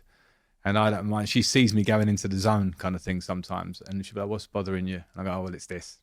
It's probably something that's a bit irrelevant or something, but... Is that the first answer you'll give? Because mine's usually nothing. I'll do that too. No, I definitely do that too. Because no one opens the box. no, that's true. It's true. But it's good. I think I definitely don't come across as this, like I said, like this get on with it thing. It's certainly not me. I look at myself as being, the balance again of my mother was that one that she gave me that kind of empathy. I associate all the empathy with my mother that I had because that's how she was always with me. So when it's just I also have a mechanism that kind of keeps it there, but it's definitely inside. And maybe children also help with that because when you see your child and their smiles and their sort of innocent nature and how they are, I think that also helps you become a little bit more emotional because you start to care about that more than pretty much anything else, which has also been a beautiful thing. Over the last few years, I've realised that my first foundation is my health, something you've heard me talk about a lot. Nothing matters more than that first foundation. So that is why I'm so excited to be involved with a company like Whoop, who are leading the charge when it comes to bettering your health. All my friends have received free Whoops from me because once you've tried Whoop, I think it's like lights turning on to your health. That's the only way I can describe it. My sleep, my performance, my recovery, my stress, it's like someone turned the lights on. I'm sure you guys know, but for those that don't know what Whoop is, it's a wearable health and fitness coach that provides you with the feedback and actionable insights into your sleep, recovery, training, stress, and overall health. And I've become entirely, utterly obsessed with it. If you know me well enough, you know how obsessed I am with the smallest details. I think those small things compounded together produce the biggest gains in our life. And that is exactly what Whoop does in my health and fitness every single day. Being able to see my 1% gains on Whoop has had a profound impact on my health journey. I highly recommend you try it. All you have to do is search join.whoop.com/CEO to get a free month's Whoop membership on me. And if you do, send me a DM and let me know how you get on. I'd love to know. A quick word on Huel. As you know, they're a sponsor of this podcast and I'm an investor in the company. One of the things I've never really explained is how I came to have a relationship with Huel. One day in the office many years ago, a guy walked past called Michael and he was wearing a Huel t-shirt. And I was really compelled by the logo. I just thought from a design aesthetic point of view, it was really interesting. And I asked him what that word meant and why he was wearing that t-shirt. And he said, it's this brand called Huel and they make food that is nutritionally complete and very, very convenient, and has the planet in mind. And he, the next day, dropped off a little bottle of fuel on my desk. And from that day onwards, I completely got it, because I'm someone that cares tremendously about having a nutritionally complete diet. But sometimes, because of the way my life is, that falls by the wayside. So if there was a really convenient, reliable, trustworthy way for me to be nutritionally complete in an affordable way, I was all ears, especially if it's a way that is conscious of the planet. Give it a chance. Give it a shot. Let me know what you think. What's the future like for you, Frank? What do you think? I don't know. It's hard to know, It's hard to know. A lot of people say to me, "Oh, you should, get into punditry. It's easy. Put your feet up. Do what that's." And it's certainly, I get my enjoyment. I get gets my blood flowing is working and being a coach. So that's what I want to do. And I'm in no immediate rush to do it. The reality is, off the back of Everton and Chelsea, it's probably time for me to take my time anyway, because of what opportunity there might be out there. There may be no opportunity. There may be something that comes up that I want to look at and say, does that work for me on all purposes? Because I get your point with the Chelsea one. It's like, did you really need to take that? And the jobs I've taken have been quite challenging. And a lot are. I'm not saying I'm going to be given this, like, here you go, this is going to be great. So I would try and choose well without sounding too picky, because, I will want to work. And in the meantime, do the things that make me happy, which is being around my family. I like to travel. It's like the one thing that I really like to spend my money on. But it's when I travel, I want to go better than home. Mm-hmm. And if I don't go better than home, I'll stay at home. And I've got a nice house, so we love that. So I'll use the time to travel a bit, be with the family and my children, spend more time. My elder daughters are doing A levels and GCSEs now, and be around that, and that's nice. And sometimes I think that's good for me, because I am so driven. It's like I feel like I should work. And actually, sometimes you go, I'm 45 and I've done all right in my life. Maybe I don't need to work, and that's not a bad place to be. I'm fortunate. I have gratitude for that. So at the moment, it's the gratitude of that, enjoy it, and then try and work again. And what will be your sort of decision making framework when people call and they say, "What about this job?" or "What about this?" How would you decide whether it's worth taking the? Well, it's hard to say, but from my experience, I would want to have conversations to find out what the job is. And I can't sit here, feel this way and talk to you about being aligned, and they need to feel the way that, I'll be the coach and they're going to do this and work together, and probably take another job where it doesn't feel aligned. I shouldn't do that. So I'd want to have a conversation and be like, what can I do for you? I have to sell myself, clearly, that's the point. But how will it work together, and maybe get something that feels a bit like, and I don't mind, I will work, in the UK, anywhere. I would travel if an opportunity came up. I would certainly prioritize a bit of family to make sure that it's something that works for my family, ideally. So I don't know about that one. Everyone seems to be going there. They do. I mean, I would prefer to stay in the UK for sure. And I don't mind. I went and lived in Everton for a year, lived in Derby for a year. I miss my family a lot, but you have to make those big decisions. We're fortunate in ways, but I'll see what comes up. It's hard to call before it comes. If we sit here in 10 years' time and this next sort of 10 years, this next decade has been a success, what does that look like? What would have had to have happened for it to have been a success this next decade? Well, 55-year-old Frank and me. 55. Well, I'm here, so that's good. At 55, I think obviously the family to be well and healthy. You understand that more when you hit. For me, it was hitting probably 40. Health and understanding, maybe you check yourself more on those things and lifestyle, and then to be hopefully have managed and had success coaching.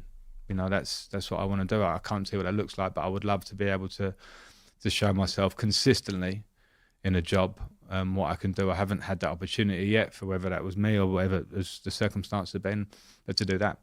So I'm very determined to do it. I'm good like that. I'm determined and I like to work. Like anyone who knows me will know that. Like regardless of what my career has been, if you put it in front of me, I'll tackle it head on. And then I'm always trying to improve. So hopefully in 10 years I can show you that. There's got to be a part of you that wants to go back to Chelsea someday. Knowing, if I know you the way I know you, there's got to be a part of you inside you that's like, one day I'll go back. It's funny, like you talk about, should you have taken that job? I reckon if you'd have asked me that before going back, I might have said no. As in, not like I don't want to go back to Chelsea, but I would have certainly seen myself, no, like that's chapter's done as a coach. But now I've been back, I would think about it even more. and it's strange. And I think, you know, the fact that the ownership has changed at Chelsea and it's gone in a different direction, I think it can be a really positive thing for the club. I think people might not see that now, but I think it really can. But obviously, I have a lot to do to be part of that ever. But like, I don't. You have to make a clear decision. When I played 13 years for Chelsea, I said I'd never play anywhere else. I ended up playing at Man City. Some people criticise me for that. It's fine. I didn't expect it, but Man City was an amazing experience. I went to New York City. It was an amazing experience. When you become a manager, you can't say, I'm going to be Chelsea manager, I'm going to be this. You have to take the journey, because those are the rules for all of us. You know, you can be, you know, a success for a moment at Everton, and everyone goes, well done, you stayed up, and then next job, what is it? And I've respect for so many big clubs that, you know, there are certain clubs I wouldn't manage. I'm not going to declare them because that just sounds like cheap. But I think it's important. I respect my time at Chelsea as a player and what the club means to me. But I don't see it as the be-all and end-all. But as I say, having been back there, it did relight a fire. I left Chelsea in COVID as a manager. So I didn't have any fans my last period. So I kind of walked out like a little bit through the back door, in a sense. And this time it felt different. And that wasn't a great period. But it is still a huge club for me, so maybe. I'm really excited to watch what happens next. Thank you. You did a great job at Derby. Obviously, then you got Chelsea into the Champions League. I think finished 4th that season. Under a transfer ban, and then you kept Everton up on the last day of the season, which again most people had kind of counted Everton out. So obviously there was that interim period. It's funny because I'm going to be honest. So when we were meant to have this podcast last time, then you called me and said, "Listen, I can't come, can't tell you why," and I kind of put 2 and 2 together and figured it was the job. I looked at that and thought, look, I don't know, Chelsea at 11th or 12th at the moment. Like, what's the worst that can happen, really? What I didn't know is the back context. So if I was in your shoes. In hindsight, and we don't have hindsight in the moment, I would have not taken the job if I was in that situation. But in foresight, I definitely would have. 100%. Yeah. For all the reasons you said. If Manchester United called me now, I'd take the job. Yeah. And I have no experience.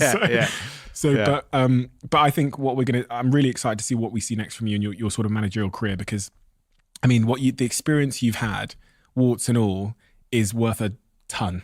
Yeah. You know? Yeah. At all different levels, all different phases, transitional, relegation battles, all of that is worth more than a lot of successes are worth. And you've had that in a short window of time. So really, really excited about your next chapter whenever it comes. Thank you. Is there anything at all you would say to Chelsea fans that are watching this now that are that would love to, you know, Chelsea fans will be listening to this because they want to get your opinion on what's just happened, but they probably want to get your opinion on like what you think the future looks like, I guess. And also, I think a lot of them do want to like check in on you, because since you've left, we've not really heard from you in such context. Yeah, and I've enjoyed that. I've enjoyed not speaking. It's been nice. No, I think for Chelsea fans, I would say that in terms of what do I think is next, I listened to Pochettino spoke yesterday. It was his first press conference, and he spoke very well, and he spoke about bringing a unity at the training ground and a family feel, and then winning, which is Chelsea DNA. So I think they've got a really good manager in charge, and I think the players will definitely develop with their, you know, as they develop naturally. They're good players, young players. There has to be some patience in putting that together, because I think that has to be clear. And the owners have a big intention. So I think as things settle, it may not be straight away, but I think that there's a really positive future for the club. And I was in it, and it was tough, but you know, I know how quickly things can change if you get the strategy right. In terms of me, I'm absolutely fine, and I'd certainly appreciate the support I had from, as I say, a lot of fans that would, you know, contact me or be at Stamford Bridge. And for anybody that was on the other side of that, was like, why is Frank back in the job? I think maybe I've explained some of my part in it today and some of the challenges. I'll always take responsibility. I wouldn't walk back into that challenge without sort of saying, this might not go right, and what's my responsibility? So, but Chelsea's always a huge club. And as I say, I never went back to Chelsea until 3 days before I went and took the interim job manager, and I went to the Liverpool game and ended up having a conversation. And it was a difficult period for me for some reason. I left in COVID, as I say, and I moved on to Everton. And it reignited that kind of feeling of being back at Stamford Bridge, I have to say. Not that I lost it, it just reignited it. And, you know, so to Chelsea fans, I don't know, I'm fine. I'm fine. I appreciate their support, even my playing career. It's nice when you finish playing, because your playing career is there, and I can look back on it with a lot of pleasure for a lot of the good moments. when you're in it, it's like, what's next? And you're sort of like always challenging yourself. When you finish, you kind of go, yeah, that was good. That was all right. There was a lot of good stuff. So they were good times, and I was very thankful to be part of a great club, and we'll see. You gave Mason Mount his start. Yes, I think he's a great signing for your... Yeah, that's what I was going to say. Thank you for that. He's fantastic. Why is he leaving Chelsea? He's born and bred, isn't he? Yeah, I think it's a complicated one, and in the end, I think it's he's got a year left on his contract. What I'll say about Mason is all the things I spoke about there. You talk about like modern players and how the game's changed. He is a throwback to the attitude and the commitment and the quality. That was the beauty of working with Mason, was that he gave you so much in terms of his effort every day. Anything you'd ask him to do, it was like, yeah, and he kind of got it. And I think any great player has to have that kind of intelligence and that desire about them. Like, what do you need me to do? Yeah, I've got it, and I'll do it. I'll repeat it, and also quality. So in terms of what he'll bring to Manchester United, it won't just be what Mason brings. He will bring loads of talent, but he's just going to go and levels around. Really, he's a bar raiser. I think so. And don't get me wrong, the bar raisers already there with Bruno Fernandes, Rashford. Casemiro, yeah. But he will Casemiro.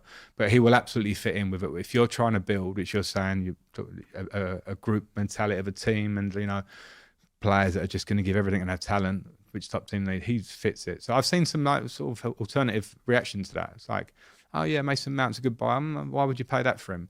Mason Mount is going to be a fantastic player there, my opinion. It's really nice to know, because actually I was a bit on the fence in regards of don't really know the character of the man, but I have heard from inside Old Trafford that Eric Ten Hag is really ultra focused on exactly what you said above everything else. He's focused on that like core values, so Casemiro, Bruno, etc., etc. And so it's nice to know that Mason is he is a bar raiser. Yeah. But why is he leaving? Do you know? Yeah.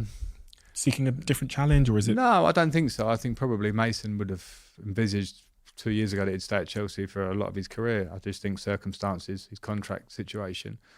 I know he's got a big love for Chelsea. But also in the modern day, I think more than even in my day, players do move, and I don't think for the challenge of moving now it's come to that. For Mason personally, is a good challenge for him. I would have liked to see him stay at Chelsea, because I think he would have been central to it, but it didn't happen. We have a closing tradition on this podcast where the last guest leaves a question for the next guest, and I have to say this is the longest question that has ever been left for anyone else. Okay. It's quite abstract as well, so we're both going to have to kind of figure this one out. But the question is, you're going to be surprised by this. When broken down to its roots or origin, the word enthusiasm begins with theos, which means with God. For people who have not identified something which they are truly passionate about pursuing, can you suggest a way to cultivate that enthusiasm? That is a bizarre stitch up. So I think the real question here is just in this line here, which is for people who haven't identified something which they are truly passionate about pursuing, how do they go about that? Wow. Thanks for that one. Yeah, it's a stitch up, isn't it? I don't know. This is a good point, actually, because my eldest daughter is getting her A-level results this summer. Is talking about uni, but she doesn't really know what she wants to do. And I actually felt not bad. I went to school, obviously, but my pathway, looking back, was like, fortunately, was that. I didn't have to think about much else. And so I haven't got any big answers for it. And also, like, from a modern woman, where is the pathway? What does she want to do? I asked her that question and she's not sure, which is completely understandable. So for me, I think for her, if we're flipping it there, it's whether it's a passion or not. But my thing, and it probably goes back to my roots, is the work ethic thing is what I say to her, is to get out there and get in the workplace and meet people. Because I think in the modern world, with my daughters are so engrossed in social media, they have a lot of answers about life, a lot of answers. And I'm like, okay, I don't agree with that one, but I'll let that one go. I don't agree with that. And then I start to feel like a dinosaur. But I do think that they kind of get caught up in that, and all the answers are there. And I go, okay, what are you going to do then? And they go, I don't know. And you kind of go, okay, well, fine. You've got all this information. It's the modern world. But what are you going to do? Go out and get a weekend job if you're going to go to uni. Go out and experience what the real world is like, rather than this alternative world that you're slightly looking at. And then I think something might ignite it. So that was and again, that's probably as deep as I could go, because I don't care where it is. You could be in the coffee shops, you could be in this shop or that shop or whatever. But this is my daughter's story, obviously. So it was more about getting out and meeting people. And I guess probably, and to bring that question back to me, myself going out of my comfort zone and leaving Chelsea to go to Manchester City and then live in New York for 2 years ignited a million things in me. And none of them were like big hobbies or something like that. It was just like, wow, there's a different world, a different culture. People who approach things with positivity and energy that I've never seen in England. And it changed my approach. So maybe my answer would be come out of your comfort zone and do something which is different. I was fortunate to do it. I worked there, but I was living in probably what for me is possibly the best city in the world. And it changed me as a person. So maybe, to get the passion, try something, take yourself out of the comfort zone, and it might just appear for you. Makes perfect sense. And I think, exactly what I heard there is that often when we're too within familiarity, we're not going to get the inspiration of what might be our passion if we're searching for it. But going to a New York or just getting out into the world and having experiences can lead us there. Yeah. Frank, thank you so much for your time today. And thank you for doing this. Because I want to say, like, you are a man of your word. No. Because we were going to do this last time and you could have easily not done it, but you messaged me and said, I want to get that back on because I said I would. And again, that's just another example of you just being a class act. The whole process of you cancelling last time because you got the Chelsea job and then coming back, you've just been an absolute class act. Thank you. You're a man where no one can question your integrity and your principles. And then on top of that, I see a man who is incredibly keen to work and do well in whatever he applies himself to. And because of that, you've led this fantastic career, both as a professional football player and as a manager, which is, I think, you're just halfway through. Right. And there's this whole new season as you get up to, 45 years time, you're going to be 90. And I'm so excited to watch that story unfold because of all the wisdom you've garnered in the last 45. So thank you for being an inspiration to me, for giving me so many great memories in football as an England player, less so as a Chelsea player because you guys were really fucking good through that period. So, but it's a real honour to get to know you. And thank you. Thank you for all your wisdom. Thank you very much. Thank you. If you've been listening to this podcast over the last few months, you'll know that we're sponsored and supported by Airbnb. But it amazes me how many people don't realise they could actually be sitting on their very own Airbnb. For me, as someone who works away a lot, it just makes sense to Airbnb my place at home whilst I'm away. If your job requires you to be away from home for extended periods of time, why leave your home empty? You can so easily turn your home into an Airbnb and let it generate income for you whilst you're on the road. Whether you could use a little extra money to cover some bills or for something a little bit more fun, your home might just be worth more than you think. And you can find out how much it's worth at airbnb.co.uk/host. That's airbnb.co.uk/host.